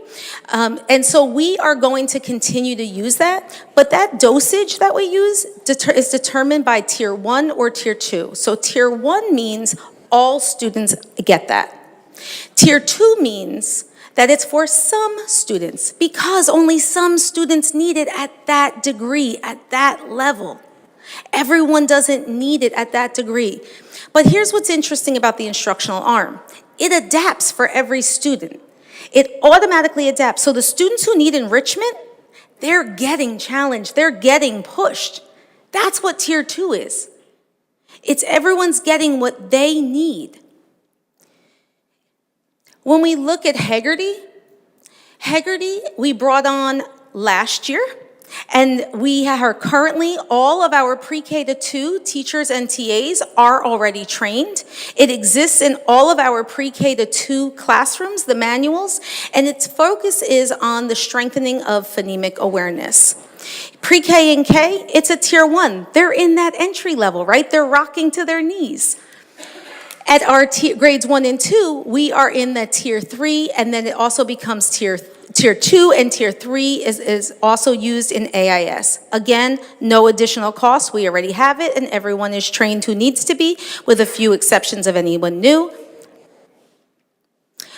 We are adding on the addition of UFly. This is an additional cost. However, it is what our students need to be successful. That will be kindergarten Tier 1 and Tier 2 in first through second grade. And it does include decodables for free that are downloadable, which we will take care of with the print shop. And handwriting without tears is also an addition. That's happening in K to 3. It's also in English and Spanish. And that is because when we know that there's a connection between letter formation and the strengthening of our foundational literacy skills. They go hand in hand because we want to keep reinforcing those skills. Again, pre-K and K, Tier 1. Grade 1 and 2, Tier 2. Yep, sorry, I missed something. And then we have our, let's switch a little bit because we want to talk about the whole child, right? We also need to talk a little bit about math. We are wrapping up our pilot. We are just finishing that up. We are in the selection process. That survey closes this Friday. And we do encourage any teacher who taught math in kindergarten to 8, math teachers, coaches, administrators, please take that survey so we can make the decision that is right for you and your students. And that cost will be determined. Which brings me back to goal number 1. We know that all of these resources are great. Resources are great, but resources do not teach students. Teachers teach students. And they use the resource as a tool to reach students. But it is the teachers and their knowledge and their skill and their capacity that drives instruction. It is the teachers who make the educational decisions about how to use those and just at what dosage they're going to do that. And so we need to also focus on goal 1, as Dr. Bond mentioned in her slides, that we need to continue to build that professional development and build that capacity, and we'll do so in literacy with our partnership with the Reading League, Wilson. We already have ongoing embedded PD provided by our instructional coaches, and that also occurs in math, where our instructional coaches are providing ongoing PD every day throughout the day. We do invite you to join us on April 10th. We are hosting a viewing of The Right to Read, followed by a panel. So we do invite you to come and understand why we have this focus, why we are so passionate about this. And you can join us right here no, at NFA Maine at 6 p.m. on April 10th, and we hope that you'll join us. Thank you. Thank you very much. Ms. Haywood, thank you for your presentation. I also want to point out that the Right to Read film viewing is in conjunction with our NAACP for Newburgh Highland Falls. And I also want to point out that we had sent out an interest for Wilson reading training, and about 275 teachers responded that they would like Wilson reading training. Phil? Thank you, Madam President. So I guess my question, the presentations that were done in, I believe, November, October, so am I seeing anything different? Because I'm seeing the same things, but bigger than that. When we had the presentations in October and November, I believe I asked our Assistant Superintendent, O'Grady, and maybe perhaps she can answer this question. We talked about 0 to 4, but bigger than that, let's talk about 7 through 12. Our students in the middle school and high schools that are unable to write at grade level. How does this impact that? And can you give me the answer, how we spoke about that? I don't mean to be disrespectful, but we've been directed not to answer questions. I don't know what you want me to do, Dr. Bond, because you directed us not to answer questions from No, he asked you a direct question. I said if there's a question asked, I'll answer it, and then if I need you to, but he asked you a direct question. Okay, I just don't want to be... Answer his direct Of course, question to you. I'm always happy to answer questions. I just didn't want to be insubordinate. Go ahead. When we talk about the question I asked you, I believe it was October, November, one of the most important areas I believe where we're falling short as a district was 0 to 4. How do we penetrate that market? How do we in a high needs district? How do we ensure that kids come from these high needs homes where they're not getting early literacy from 0 to 4? And I believe Ms. Haywood was just talking about the baby in the stomach, so I'm assuming you meant early. So what are we doing as a district to get to that 0 to 4 market? And what are we doing for the 7 to 12 children are in middle school and high school who are unable to write on grade level? So it's a team effort, as you know, right? So apologies.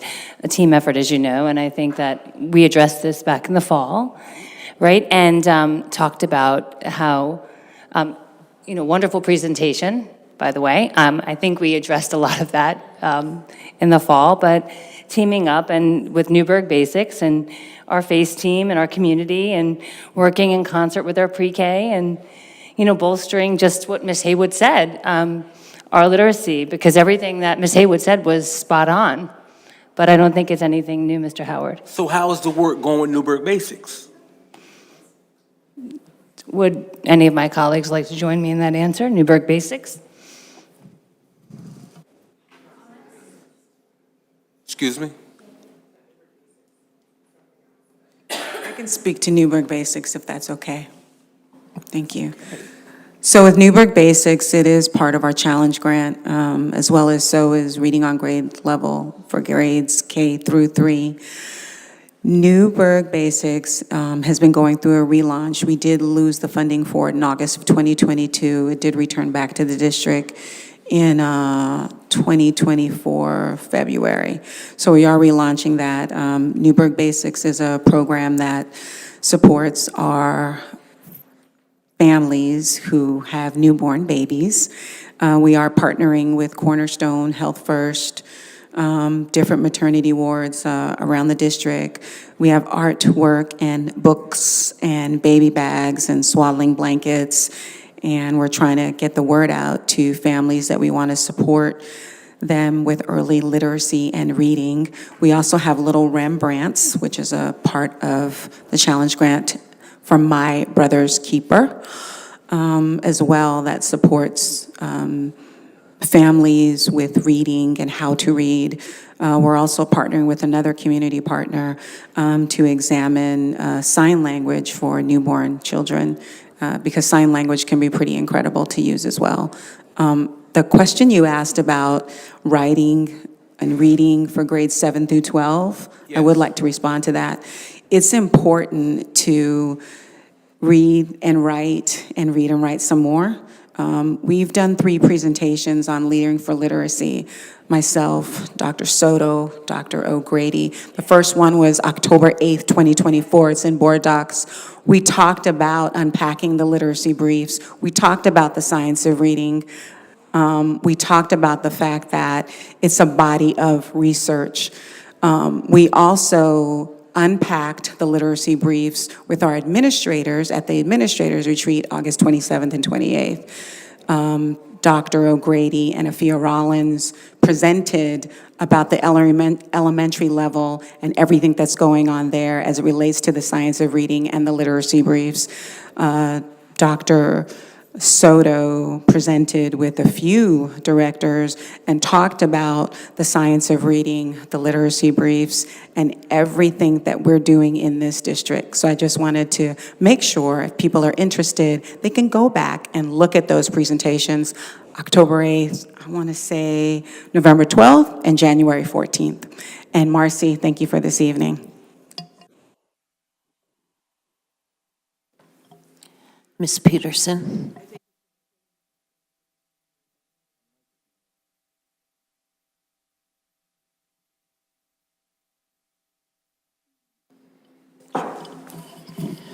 One of the other things I think it's important to know, one of the focuses that we had for our UPK program was to do a deep dive into early literacy. So a part of that work was to really look at what programs, what offerings that we had, what curriculum we were using, and what adjustments needed to be made for the following year. Because we definitely saw in our data and our research that our students from our pre-kindergarten program were not coming into kindergarten ready to, with those, there's a certain amount of skill sets.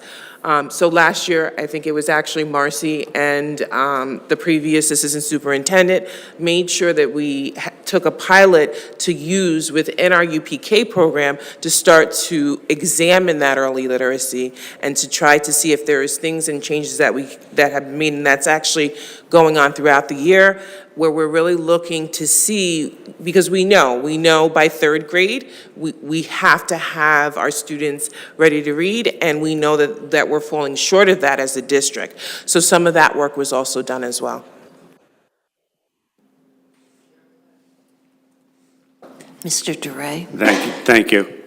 To Dr. Bourne, Dr. O'Grady mentioned that she was not allowed to answer a question without your permission. Is that a direct? Am I sitting surrounded by 3 doctors at minimum? The entire cabinet is not allowed to answer a question? The entire cabinet is allowed to answer questions, especially when they're presenting their area. However, if they are not presenting their area and a question comes up, it is up to the superintendent, to answer that question, and if I need any assistance, I will then call on them. But if it's their area and a question comes up in their area by the board member, then of course they are allowed to answer. Yes, as a point of order, my understanding is the contracts for everybody around this table are with the Board of Education. We're the boss. So are you telling me I'm not allowed to answer or ask my employee, our employee, a question directly? I will repeat what Dr. Campbell has always said. That is my purview. You are not their supervisor. I am. Their contract is with, you've made your point. I will tell you, and I'll tell the public, if I was sitting around this table with those sorts of directives coming from my boss, I'd be spending the evening on LinkedIn.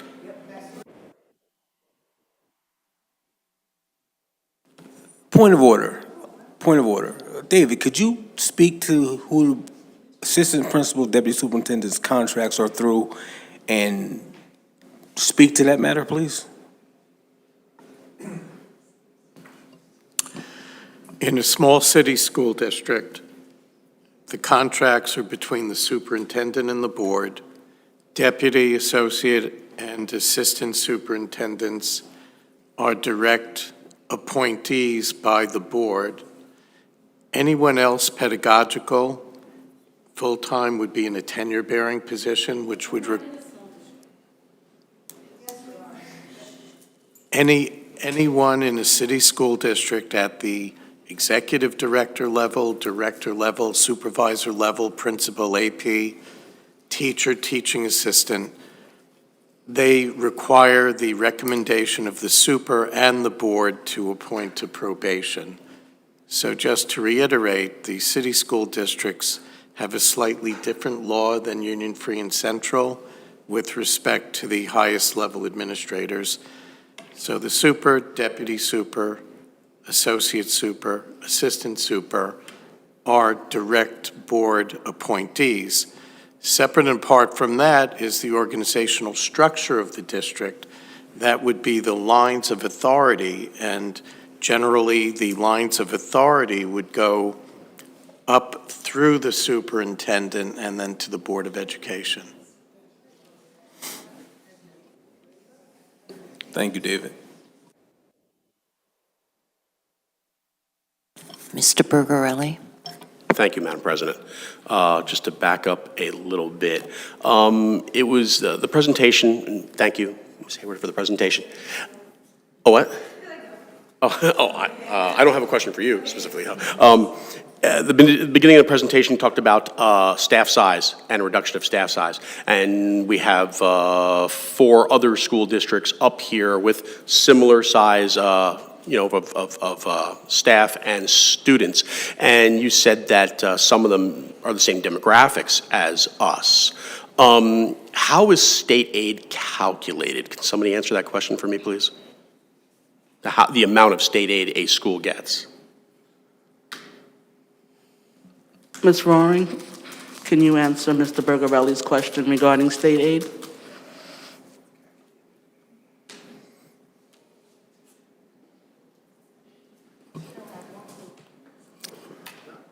So state aid is a very complex formula that has a number of variables in it that are currently being reviewed and revised by the governor. So there is the big bucket of state aid that is our foundation aid, and that looks at our population, it looks at our ENLs and other poverty rates and things like that to kind of guide what we might need. Then you have different categorical aids, such as transportation aid and building aid, which are based on the district's expenditures in key areas, as well as instructional materials aids, and then our excess cost aids that support our special education department and those students.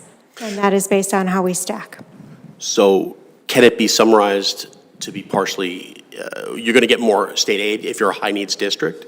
Yes. Okay, so with that, those other districts, Arlington, sorry. Oh, no, okay. So Newburgh is going to get what, approximately $250 million in state aid this year, last year? It's about that? About 237, I want to say. 237, thank you. So Arlington has a comparable budget to ours, but they receive only $88 million in state aid, which would lead me to believe they're not as high a need district. Wappingers has a similar, no, actually not a similar budget to us. They're $100 million lower than us, and they receive $98 million in state aid, less than half of what we receive, so it would indicate to me that they're probably not as high needs. New Rochelle has a budget very similar to ours. They receive $90 million in state aid, which would lead me to believe they are lower needs than us. And Greece, New York, is total budget is less than ours, and they receive $111 million in state aid, which would lead me to believe they're lower needs than us, which I would think, as much as I love efficiency and being efficient with the personnel we have at central office, 35 people, if we have more than double the state aid requirement, which would lead me to believe that we have double the needs in the community, would be appropriate probably for our district. Thank you.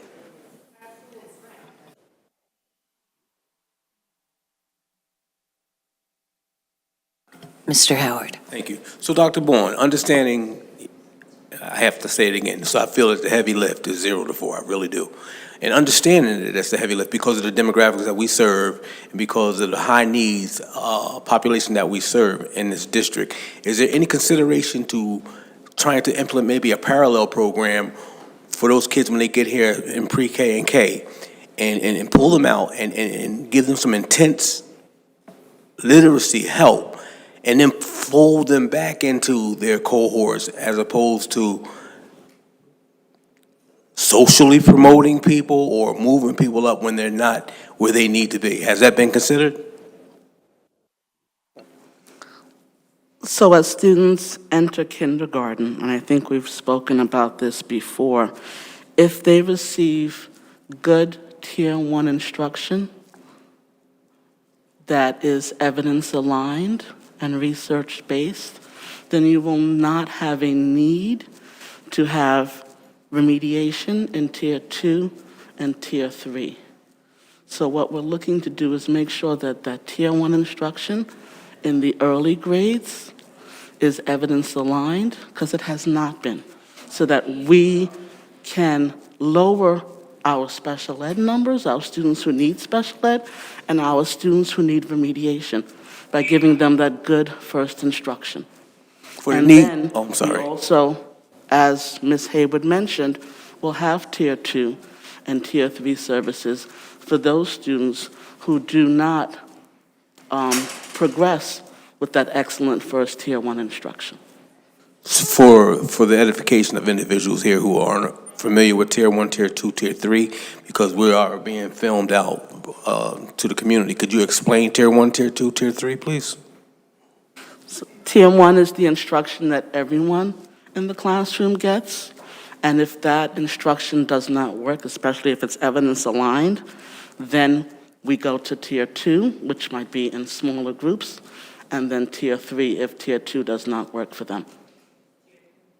Tier 3 is intensive instruction for those students who are 2 or more grade levels behind, which is why we're looking to have the Wilson reading training and have 2 Wilson-trained reading teachers in each building to address the high need of Tier 3 students that we currently have in our district. Ms. Boucher. So can you talk a little bit about the metrics that are going to be used to evaluate if this method is working and what we're using to deem, success? Is it a percentage increase? Is it the iReady scores being higher? And is there a point in time when we have to say either this is or isn't working? Because at this point, if we've had the ARC company being in since 2021, and the rates haven't changed, right? It's something worth evaluating. So I just want to make sure that if we're moving towards something different, that we're ensuring that there is some type of measurable data to the success of the plan. 100% yes. Mr. Howard. Thank you, Madam President. So the last question I'm going to ask Dr. Bourne. So what is going to be done differently at the middle and high school? I understand this with the elementary program, stuff we're doing in elementary schools, but what are we going to do to address the middle and high school kids who are not on reading level, who are not on grade level, and some that just are not where they need to be from a writing perspective also? What are we going to target towards them and make sure that they get through middle school and high school and are able to take those Regents tests and things that they need to do to get out of high school? That is going to be a heavier lift, I'm not going to lie to you. But one of the first things that we're doing is that we are partnering with the Reading League, and that is K-12, to train all of our teachers on the evidence-aligned strategies and practices that are going to benefit all children, K to 12. I'm a big believer that we have to ensure that our teachers are using evidence-aligned strategies and teaching for every single one of our children. And they are excited to start doing this work. So one of the things, I work with a lot of young people, and one thing I think other people in here can attest to, young people, teenagers, middle school, high school, they're not going to tell you they can't read. So you said it's going to be evidence-based. So how do you not embarrass a child, but still help a child?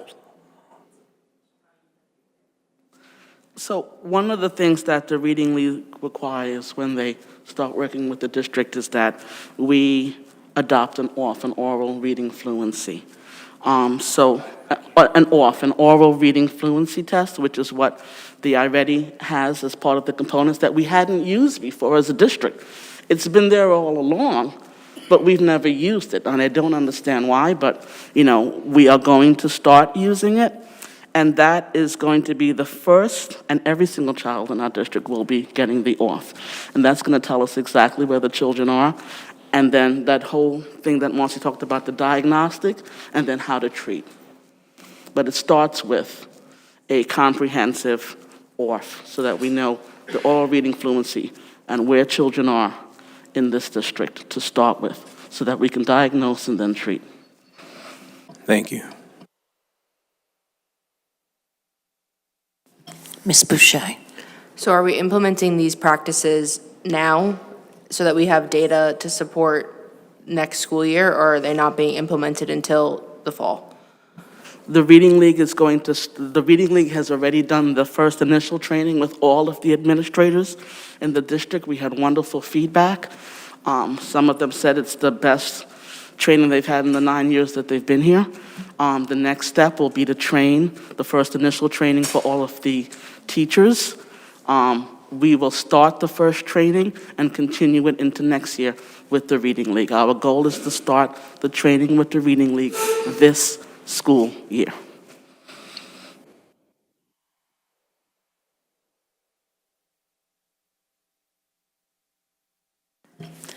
Next item on the agenda is item 4.3, proposed budget.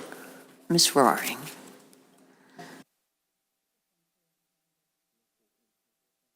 SUNY New Paltz isn't coming tonight.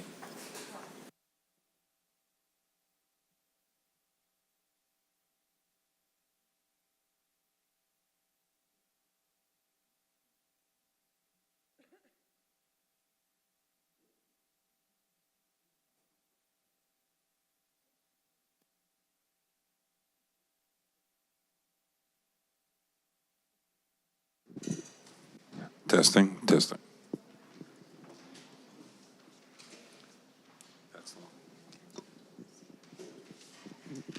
Good evening.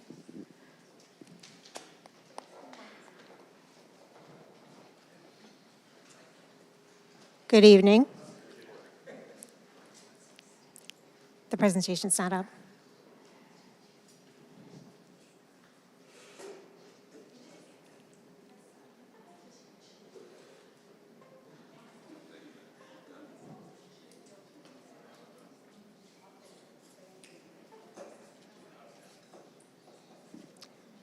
So we're going to provide some information about changes that have been made in the budget since we met with you on March 11th.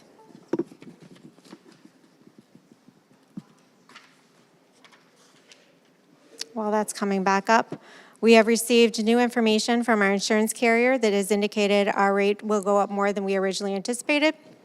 We have received new information from our Exceptional Learners Division that indicates we will have additional out-of-district tuition expenditures this year, which has revised our projection for next year. We have allotted funding for our kindergarten screening that will occur over the summer, and I have been advised that we will add back 2 sixth grade teachers. Our biggest expense drivers in the budget again this year continue to be our personnel expense, which is up just about $8.5 million. Our transportation expense is up just under $3 million, and our out-of-district tuition is increasing just under $7 million. You'll notice that our debt service is down just under $2 million. So at this time, the budget that is anticipated for next year is $377 million. That does not include some of the items that were shared this evening around our curriculum and professional development. The updated revenue projection is also $377 million. That includes a flat tax levy. It does include an increase in projected excess cost aid for next year, as well as an increase in projected utility taxes and use of appropriated fund balance and restricted reserves. This does not account for any changes that may occur in the federal funding levels. We touched base briefly on this at the last meeting around grants. The IDEA funds do support mandated services, so if there's an adjustment there, we will need to address that. And if there is an adjustment to the federal school breakfast lunch program reimbursement rate, that will be something we'll have to look very carefully at because almost 80% of their revenue comes from the federal level. This is an updated line by line for the revenue projection next year. You'll see here that state aid is 65% of our revenue, and our local revenue is just under 33%. Our anticipated use at this time of appropriated fund balance and reserves is right around 2%. Mr. Ritzenthaler is going to join me to talk about the capital propositions.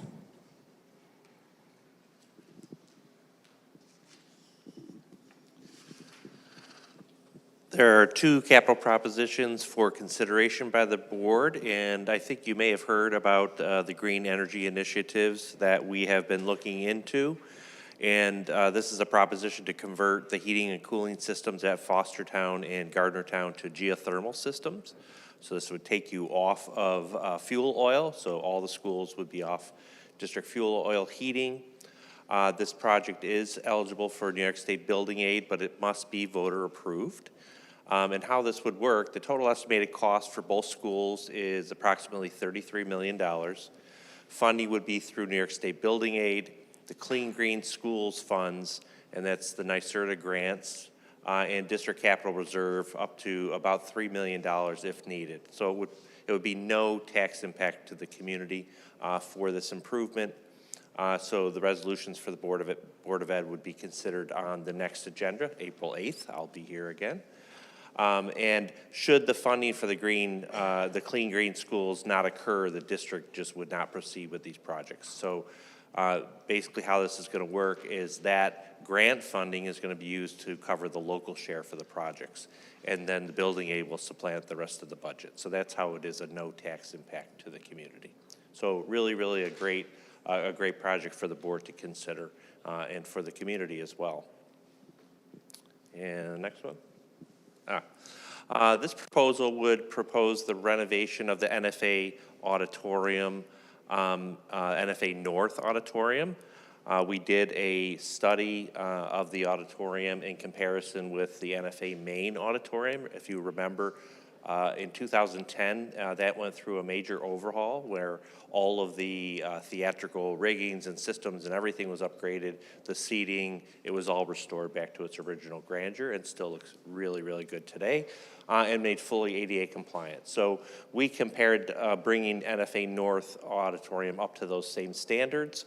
It would include obviously all the replacement of the stage rigging, refinishing the stage flooring, the lighting, and that's both auditorium lighting as well as lighting in the house and the stage, all new sound systems, seating, the balcony handrails. A lot of this is not code compliant. It's not fully accessible. Of course, that's a big concern as well. A lot of the stage and lighting rigging systems do not meet the current standards, both from safety standards with students accessing it, as well as codes that we would have to follow today. Repainting the concrete flooring, obviously with the seat replacement, replacing the carpeting, putting in all new aisle lighting to meet code, and addressing all the flaking and peeling paint within the ceiling. If you've ever been in there, of course, I was hoping we were going to meet in there tonight so I could point it out as I was saying this, but so we estimated the cost at a little bit over $3.2 million. You can see 3,272. And again, this would be funding through capital reserve, so there would be no impact to the taxpayers as well. Any questions? I know that's a lot of information really quick.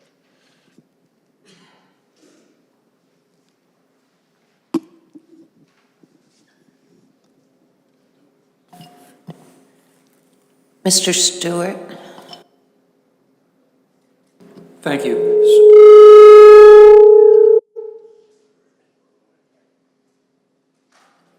Thank you.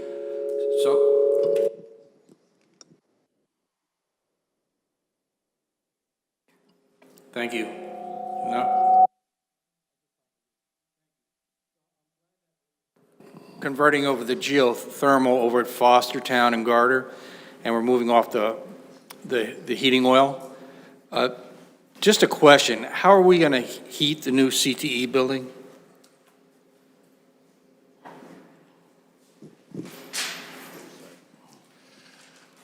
So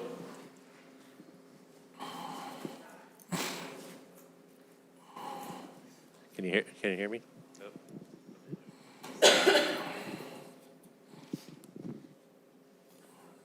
Test. Okay. Hopefully that works. So there's a variety of systems to heat the CTE building, but it is, I'll just use this one, that's better. But there are rooftop systems, direct outside air systems that will provide the heating for the CTE building, rooftop units for the most part. There is energy recovery on those. And when I say it's dedicated DOAS systems, so it's dedicated outside air, so there's no recirculation of the air, which, as we all know from COVID, is really a preference. But it is not through geothermal systems. Pardon? No fuel oil, no. Ms. Boucher? So just to be clear, in the revenue projection, with this updated budget and with what you're currently proposing, there is no tax increase. No, there's not. We've consistently stated that in each of our updates. Just making sure, thank you. Mr. DeRay? On one of your line items, the consumer utility tax is almost doubling. What's the source of that tax that would cause it to double? I'm not going to have a good answer on that one. This is the one that's kind of a mystery. We're not given a whole lot of guidance on how that comes through to us, but it is a tax on utilities that is paid ultimately by the consumers that we benefit from. Kind of like in many other districts, there's a share of sales tax. We have this instead. And it would go up that much in 1 year? We're looking at where we're expecting to land this year and where we landed last year and using that as our guide. There's really no way to calculate it. Okay. I have a couple more. On the excess cost aid and private excess cost aid, $5 million last year, and each of them going up by about $8.5 million. And they're kind of special ed related, right? Yes, they are. They're directly related to our special education population.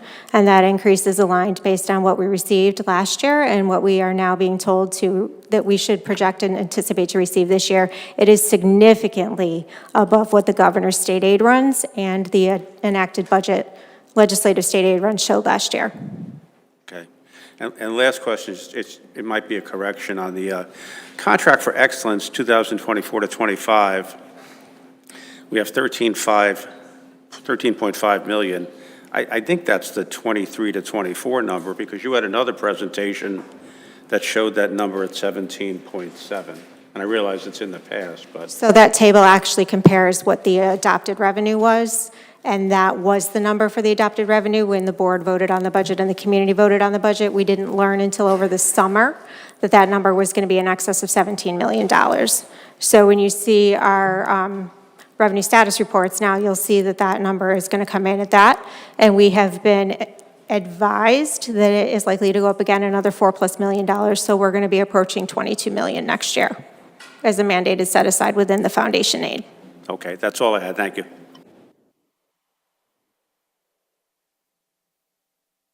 Thank you so much.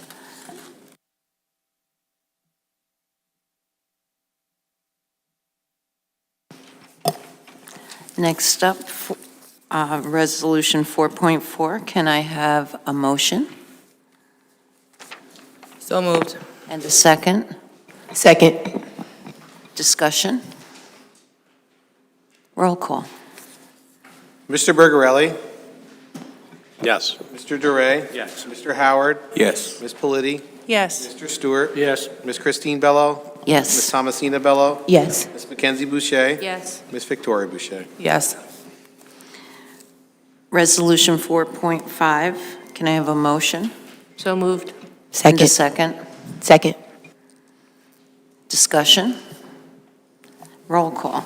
Mr. DeRay? Yes. Mr. Howard? Yes. Ms. Politi? Yes. Mr. Stewart? Yes. Ms. Christine Bello? Ms. Yes. Thomasina Bello? Yes. Ms. Mackenzie Boucher? Yes. Ms. Victoria Boucher? Yes. Mr. Bergarelli? Yes. Item 5 on the agenda is the clerk of the board, Mr. McCoy. Thank you, Madam President. I have the approval of the minutes from March 11th and the technicians, deputy clerks, and election inspectors for the May 20th election. Can I have a motion? So moved. And a second? Second. Discussion? Roll call. Mr. Howard? Yes. Ms. Politi?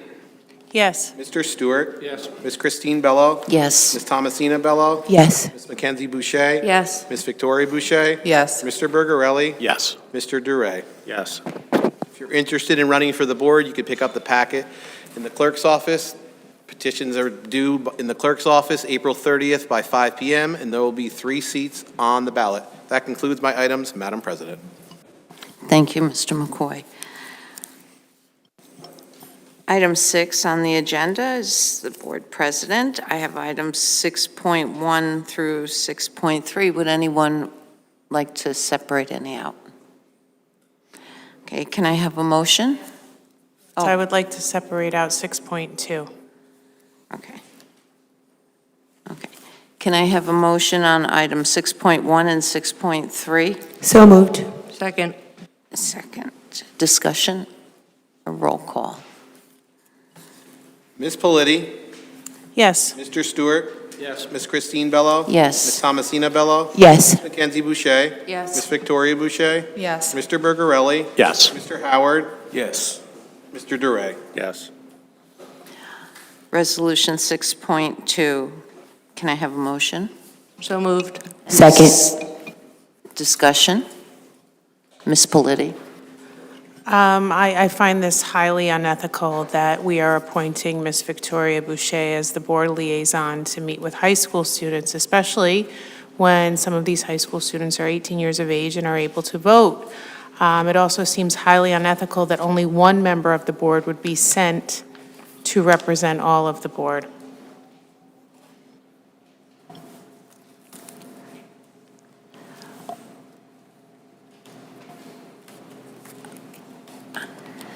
Okay, Ms. Boucher. Would anyone else like to go as well?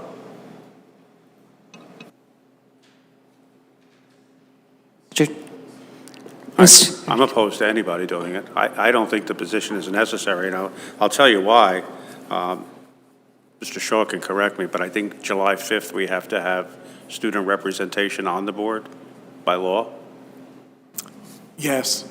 Okay, so 90 days from now, basically, we have to have a student liaison on the board, and I'm reading from a sample policy.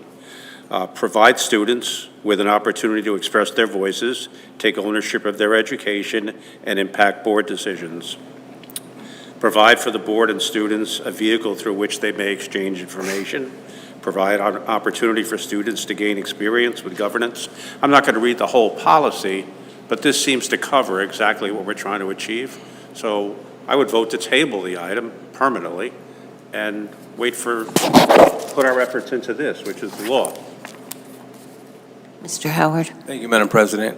I personally think that this is an inappropriate situation because the whole idea to discuss concerns and engage in conversation, I think that that's the responsibility of the superintendent who has a secondary curriculum instruction assistant superintendent. If they have issues or problems, I think that's the job of that department. Because if there's problems, at the end of the day, we have to remain neutral. We have to be understanding that if there are any issues or problems, it's going to come to the board for us to be the arbiters on that. And I really feel that it's like board members being in the weeds when you're going up there to have discussions with the student council members and to discuss concerns and engage in conversation. I truly would like our board attorney to speak on that or talk about where that responsibility should lie. Ms. Boucher? So this is about me, so I'll speak on it. The last board meeting, or the meeting before that, we had 3 student representatives stand at our podium and discuss issues that they had regarding the board itself. They discussed the issues they had with the morale between us, what we were actually discussing. And the day after that meeting, I sent an email to request to speak with those students to discuss their concerns. This is not about an election, although I'm flattered. This had nothing to do with me at all. It had to do with the fact that those students stood at that podium and stated that they were not heard. So that is what I wanted to go discuss. During our exchanges, no one asked to also come with me. If anyone would like to come, anyone that wants to come can come. I have no issue with it. We can go on the same schedules. Board members are in schools all the time. So I had talked with my attorney, and he had suggested to put this as an agenda item so there was no discourse. Again, it was to discuss the concerns that were brought up by the students themselves at the podium at the last meeting. Madam President. Mr. Howard? What is the role of our assistant superintendents, curriculum instruction high school?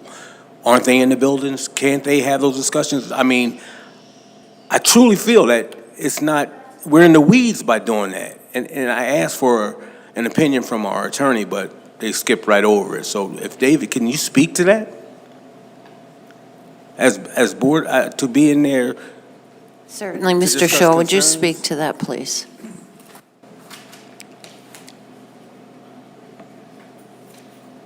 Mr. Howard, could you please restate what it is that you're interested in? My issue is board members being in the weeds, going to this high school to discuss concerns and engage in conversations that may become issues.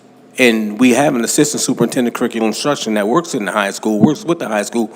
Wouldn't it be their responsibility to get that information and then bring it back to the board?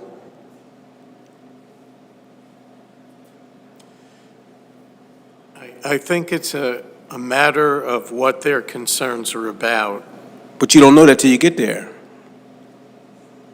Well, yeah, the way this is written, you wouldn't know. I think that the board vice president had indicated she thought it was to address the way that the board is perceived by students. You know, if that's the nature of the resolution and if board members want to go, that's perfectly fine if you want to do that. There will be a student board representative at your meetings as of July.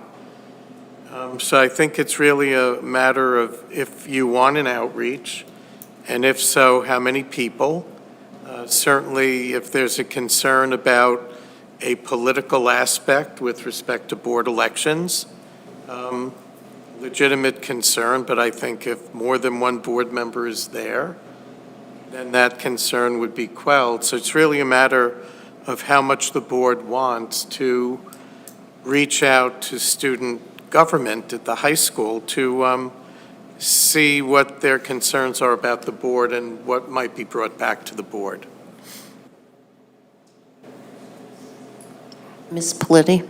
The other issue with this is that board members are allowed to visit schools with the approval of the superintendent, but not to interface counsel or tell their version of stories to students without parental permission. That's a problem. Ms. Boucher? So then can we ask the student council members to come speak to the board at the next board meeting, whether that be publicly or in executive session? Mr. Duray? I'm going to go back to what I was originally talking about with a student being on the board. It's 90 days away, but on July 5th, somebody has to be sitting here. So I think we could accomplish something really good. I think we could go back to the students and say, we've heard you, the entire state of New York has heard you. This is a common issue that students wonder what happens on the board, what are the dynamics on the board, and we would like to interview people, whatever that process is, so that you guys can be represented on the board. We could turn it into something positive and still address the students, still address their needs, and come July 5th, we're in agreement as to who's going to be sitting there. And it doesn't have to be one person forever. It has to be one person who's been in the school for at least 1 year. We have 3 high schools. We could do 3 months with one high school, 3 months with another, 3 months with the final high school. We could really put a nice plan in place. And I know Victoria's trying to do the right thing, and we can. But instead of just going listening to them, I bet none of them know about this. We should tell them this is coming up. And I don't care if they submit resumes. If you want to be on the board, apply for it. Ms. Boucher? So can I make a motion to amend this to read that at the next regular board meeting on April 8th, that the student council be present to speak with the board regarding what is occurring July 5th, and any concerns they might have with the board itself. I second that. I was just going to say, I thought we were already going to have student members here from the, Jesus, I can't think of the word I believe now. she specifically wanted to invite the student council. Yeah, I think there's going to be members of student council in a future meeting. Do we know anything about that? We don't need a resolution for that. We can just invite them here.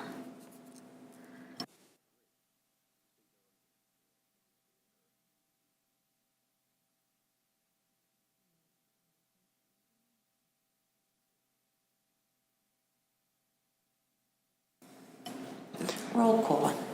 What are we voting on? Ms. Boucher, Can I make a motion to table this then? can you repeat that? She I'm made a sorry. motion to table, ma'am. Oh, okay. And do I have a second? Second. Roll call. Roll call to table 6.2. Mr. Stewart? Yes. Ms. Christine Bello? Yes. Ms. Thomasina Bello? Yes. Ms. Mackenzie Boucher? Yes. Ms. Victoria Boucher? Yes. Mr. Bergarelli? Yes. Mr. Duray? Yes. Mr. Howard? Yes. Ms. Politi? Yes. Okay, number 7 on the agenda is our Associate Superintendent, Mrs. Leamer. Thank you, Madam President. On the Human Resources agenda, we have items 7.1 through 7.13 for your consideration on consent. Does anyone want to separate any out? Mr. Howard? 7.7? Anyone else? Mr. Duray? 7.13, please. 7.13. Okay. And that's it? Okay, can I have a motion on 7.1 through 7.12 minus 7.7? So moved. And a second? Second. Roll call. Ms. Christine Bello? Ms. Yes. Thomasina Bello? Yes. Ms. Mackenzie Boucher? Yes. Ms. Victoria Boucher? Yes. Mr. Bergarelli? Yes. Mr. Duray? Yes. Mr. Howard? Yes. Ms. Politi? Yes. Mr. Stewart? Yes. Resolution 7.7, can I have a motion? And a second? Second. Discussion? What are we on? Roll call. Wait a minute. Mine was 7.13. Roll call on 7.7. Ms. Thomasina Bello? Yes. Ms. Mackenzie Boucher? Yes. Ms. Victoria Boucher? Yes. Mr. Bergarelli? Yes. Mr. Duray? Yes. Mr. Howard? Yes. Ms. Politi? Yes. Mr. Stewart? Yes. Ms. Christine Bello? Yes. Resolution 7.13, can I have a motion? And a second? Second. Discussion? Mr. Duray? Sure. My concern here, before I vote no on this item, and I just want people to understand why I vote no. It's nothing to do personal with the applicant. It has more to do with the process. The contract says these provisions are agreed between the Board of Education and the Newburgh Enlarged City School District. I'm on the Board of Education. I know nothing about this person. I haven't never seen a resume, never been invited to an interview, don't know who was interviewed for the position. I know nothing about it. And I think there's many members on the board who know absolutely anything about this applicant. And this process of putting a person on the agenda and saying we're going to pay them $220,000 with really no discussion. We didn't have a special meeting. We didn't, to my knowledge, nothing. So I feel horrible doing it, but we have to change this process. So, thank you. Ms. Bello? I'd like to just say that when our previous superintendent put up, people to be considered, her recommendations were not questioned in such a way. That was all. That's my comment. Mr. Howard? They absolutely were questioned. They absolutely were questioned. I think you might have blanked out. So my question in regards to this is, as Assistant Superintendent for HR, Human Resources, can we view the resume, or who were the finalists? I mean, conversations like that for a position that the contract is going to be with the board, I think we should be more in tune and more aware of what's going on. And I guess the bigger question is, we're bringing in a HR assistant superintendent, a new employee, the highest paid assistant superintendent in the cabinet. I don't understand the reasoning behind that. Maybe you can explain it. But more so than that, I heard it was said that she worked in the district before. What was her reason for leaving? What was the separation? Was there, or did she just find another job? Can we see her work history when she was here previously? Or, I mean, we know nothing about this person.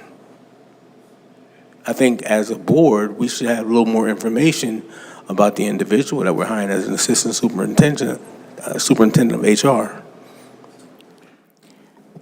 Ms. Boucher. Can I make a motion to table this until after executive session, and we can discuss the personnel matter in private as we should? Do I have a second? Second. Roll call. Roll call to table till after executive session. Ms. Mackenzie Boucher? Yes. Ms. Victoria Boucher? Yes. Mr. Bergarelli? Yes. Mr. DeRay? Yes. Mr. Howard? Yes. Ms. Politi? Yes. Mr. Stewart? Yes. Ms. Christine Bello? Yes. Ms. Thomasina Bello? Yes. Madam President, the Human Resources Department has 2 items that we need added to this evening's agenda.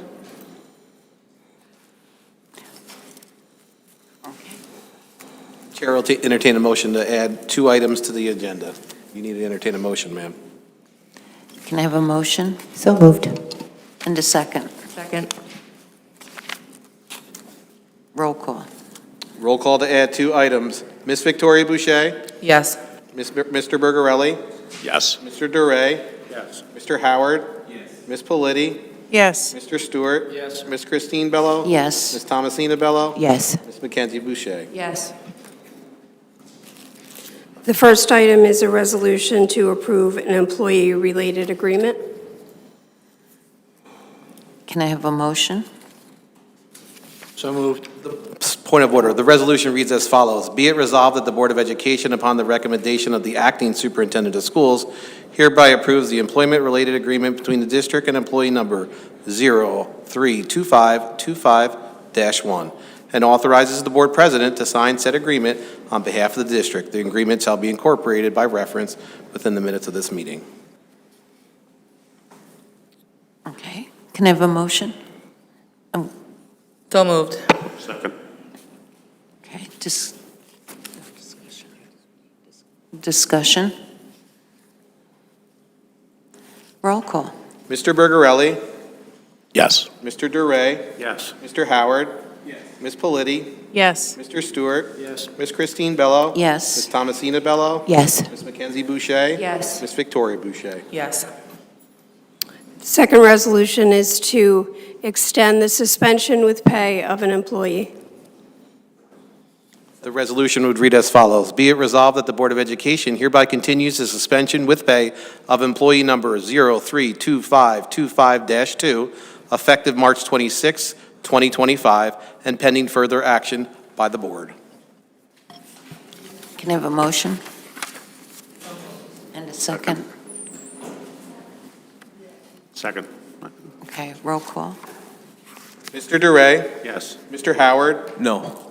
Ms. Politi? No. Mr. Stewart? Yes. Ms. Christine Bello? Yes. Ms. Thomasina Bello? Yes. Ms. Mackenzie Boucher? Yes. Ms. Victoria Boucher? Yes. Mr. Bergarelli? No. That item passes. Thank you, Madam President. That concludes my items. Thank you. Item 8, Assistant Superintendent of Finance, Ms. Waring. Thank you. The Finance Division presents items 8.1 to 8.14 for consent this evening. Would anyone like to separate any out? Ms. Boucher? 8.1, 8.2, 8.4, 8.5, 8.7, 8.9.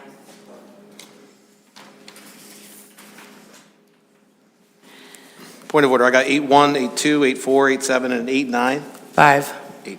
8.5, 8.7, 8.9. 8.1, 8.2, 8.5.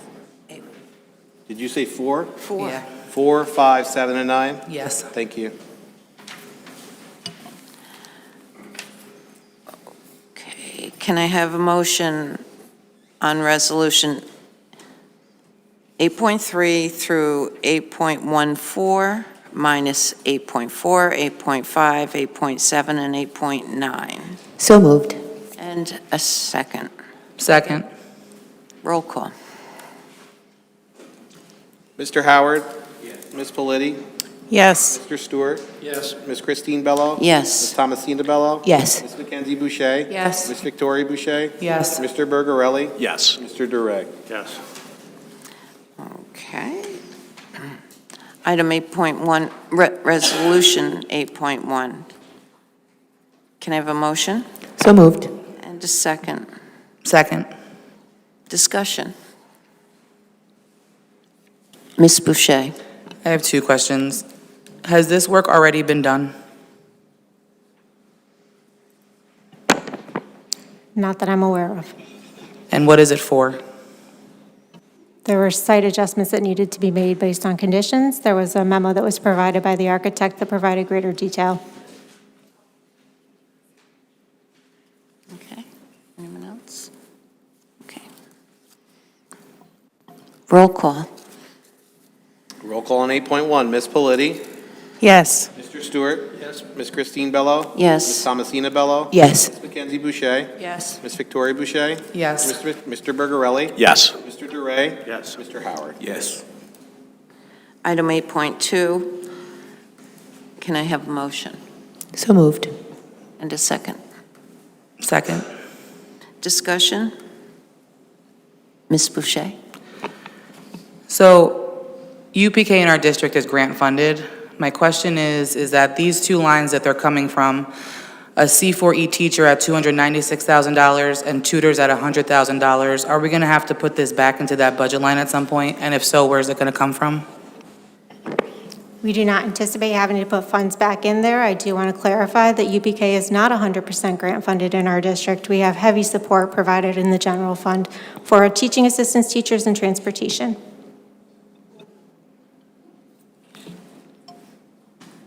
Okay. Roll call. Mr. Stewart? Yes. Ms. Christine Bello? Yes. Ms. Thomasina Bello? Yes. Ms. Mackenzie Boucher? Yes. Ms. Victoria Boucher? No. Mr. Bergarelli? Yes. Mr. Duray? Yes. Mr. Howard? Yes. Ms. Politti? Yes. Resolution 8.4. Can I have a motion? So moved. Second. Second. Discussion. Ms. Boucher? I just have a question on the date. It says it was the quarter ending September 30th, 2024, and we're in March of 2025. Can you explain that? The extra classroom treasurer resigned back in December, and we have not been able to fill that position. Okay, anyone else? Okay, roll call. Ms. Christine Bello? Yes. Ms. Thomasina Bello? Yes. Ms. Mackenzie Boucher? Yes. Ms. Victoria Boucher? Yes. Mr. Bergarelli? Yes. Mr. Duray? Yes. Mr. Howard? Yes. Ms. Politti? Yes. Mr. Stewart? Yes. Resolution 8.5. Can I have a motion? So moved. And a second. Second. Discussion. Ms. Boucher? So I equate this to overtime work. Can you give a little reason as to why they had to get this extra money?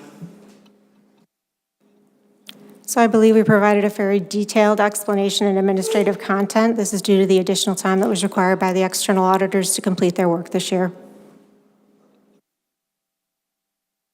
Mr. Stewart?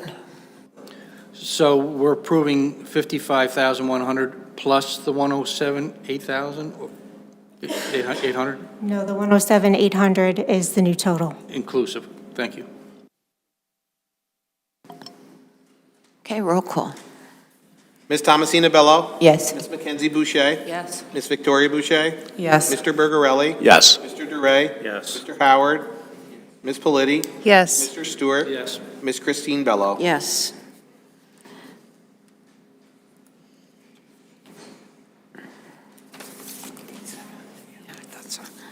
Resolution 8.7. Can I have a motion? So moved. And a second? Second. And a discussion? Ms. Boucher? So this one, we're taking $655,000 from CERT Sal. Can you explain what that is from special education and giving it to these divisions? My same question from before. Do we have to replenish that at some point during the rest of this year? And if it's coming from special education, can you clarify that? It is coming from special education. You'll note that some of that is going into another area of special education expenditures. At this time, we do not anticipate having to put that in. That is a result of vacant positions this year. Roll call. Ms. Mackenzie Boucher? Yes. Ms. Victoria Boucher? Yes. Mr. Bergarelli? Yes. Mr. Duray? Yes. Mr. Howard? Yes. Ms. Politi? Yes. Mr. Stewart? Yes. Ms. Christine Bello? Yes. Ms. Thomasina Bello? Yes. Resolution 8.9. Can I have a motion? So moved. And a second? Discussion? Ms. Boucher? What is parentally placed? That is a line for students who require special education who attend our private schools. So the way the law works is that any special education student who attends a private school in the Newburgh district, which is Bishop Dunn, San Miguel, or Cronin, Blooming Grove, Canterbury's a new one that's coming up, we have to provide services. So we earmark money for that in the intent that we have to provide service to those students. So it's a moving target. We never know what students are going to enroll. Sometimes the number goes up, sometimes it goes down, but it's one of those areas that we project but don't always get right because we don't know what parents' intentions are as we develop a budget in the spring. So to clarify, we're taking $1.3 million from that and transferring it over? Yeah, we've done an analysis so far of the students who are attending and the cost that will occur. That if it's students in district, we have to account for that. If it's students that are non-residents, we bill back to the district of their residents. So if a Washingtonville student is in Bishop Dunn, we bill back. So there's a whole process that goes on there. We do not anticipate that money needed for those students at this time because we've already done all the math to ensure we're okay. And then what is the CERT Sal? Can you explain what that is? That's again the same line we pulled from in the last transfer. So that is again associated with vacant special education positions this year. So that's at $1,050,000 in unused teaching positions? That was a yes. So now we're going to transfer that again into this fund. Thank you. Can we clarify? It's vacant positions, not unused. That's a big difference. But they're positions we could fill. It's positions we tried to fill. They're vacant. Okay, roll call. Ms. Victoria Boucher? Yes. Mr. Bergarelli? Yes. Mr. Duray? Yes. Mr. Howard? Yes. Ms. Politi? Yes. Mr. Stewart? Yes. Ms. Christine Bello? Yes. Ms. Thomasina Bello? Yes. Ms. Mackenzie Boucher? Yes. I think that concludes my items. Thank you. Number 9 is the Assistant Superintendent of Curriculum and Instruction, Division of Elementary. CNI Elementary, present item 9.1 for your consent. Can I have a motion? So moved. And a second? Second. Discussion? Roll call. Mr. Bergarelli? Yes. Mr. Duray? Yes. Mr. Howard? Yes. Ms. Politi? Yes. Mr. Stewart? Yes. Ms. Christine Bello? Yes. Ms. Thomasina Bello? Yes. Ms. Mackenzie Boucher? Yes. Ms. Victoria Boucher? Yes. That concludes my items. Thank you. Thank you. Number 10, Assistant Superintendent of Curriculum and Instruction, Secondary, Dr. Soto. The CNI Division Secondary Level presents agenda items 10.1 through 10.5 for the board's consideration on consent. Would anyone like to separate any out? Ms. Boucher? 10.5, please. Okay, Can I have a motion on 10.1 through 10.4? So moved. And a second? Second. Discussion on any of that? Roll call. Mr. DeRay? Yes. Mr. Howard? Abstain. Ms. Politi? Yes. Mr. Stewart? Yes. Ms. Christine Bello? Yes. Ms. Thomasina Bello? Yes. Ms. Mackenzie Boucher? Yes. Ms. Victoria Boucher? Yes. Mr. Bergarelli? Yes. Resolution 10.5. Can I have a motion? So moved. And a second? Second. Discussion. Ms. Boucher? I would just like you to describe what these courses are, who they would be offered to, and when we're going to actually roll that out. So this is part of the Smart Scholars program that we acquired with Mount St. Mary. Our students are very fortunate to participate in a college experience in the high school where they're going to earn up to 24 college credits. These two new courses will be offered next year, provided that the board consents, and this is part of a pathway, if you will, that will prepare students in the computer science area once they leave the high school and hopefully attend in higher education. So it gives them an edge, if you will, an additional 24 credits, and these are two courses that we'd like to start offering in September. Mr. Howard? Well, that's incredible. So that's 24 transferable credits if Yes, they go in sir. there as freshmen? Yes, sir. Wow, awesome. Yes, and we also have another pathway that we are creating, and that will be presented soon, and it's a teaching pathway. We're really excited to present. And again, that's the Smart Scholars Grant. Roll call. Mr. Howard? Yes. Ms. Politi? Yes. Mr. Stewart? Yes. Ms. Christine Bello? Yes. Ms. Thomasina Bello? Yes. Ms. Mackenzie Boucher? Yes. Ms. Victoria Boucher? Yes. Mr. Bergarelli? Yes. Mr. DeRay? Yes. Thank you. That concludes my items this evening. Thank you. Number 11 is Assistant Superintendent of Exceptional Learners, Mr. Bear. Thank you, Madam President. Exceptional learners is 11.1 for the board's consideration. Can I have a motion So moved. and a second? Discussion? Roll call. Ms. Politi? Yes. Mr. Stewart? Yes. Ms. Christine Bello? Yes. Ms. Thomasina Bello? Yes. Ms. Mackenzie Boucher? Yes. Ms. Victoria Boucher? Yes. Mr. Bergarelli? Yes. Mr. DeRay? Yes. Mr. Howard? Thank you. That concludes my items. Did someone say? I'd like to make a motion to go into executive session. Second. Roll call. To discuss the employment history of particular employees. And matters leading to the employment of particular individuals. And we might be taking action after. And Might. Mr. Stewart? Yes. Ms. Christine Bello? Yes. Ms. Thomasina Bello? Yes. Ms. Mackenzie Boucher? Yes. Ms. Victoria Boucher? Yes. Mr. Bergarelli? Yes. Mr. DeRay? Yes. Mr. Howard? Ms. Politi? Yes.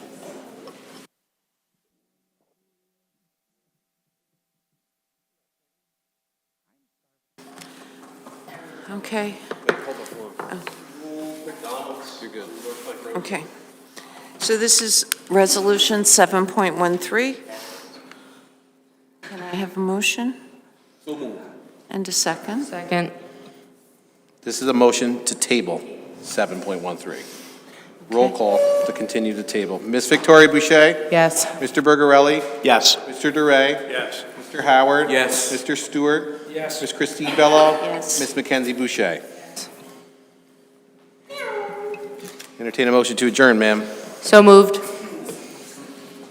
Second. Second.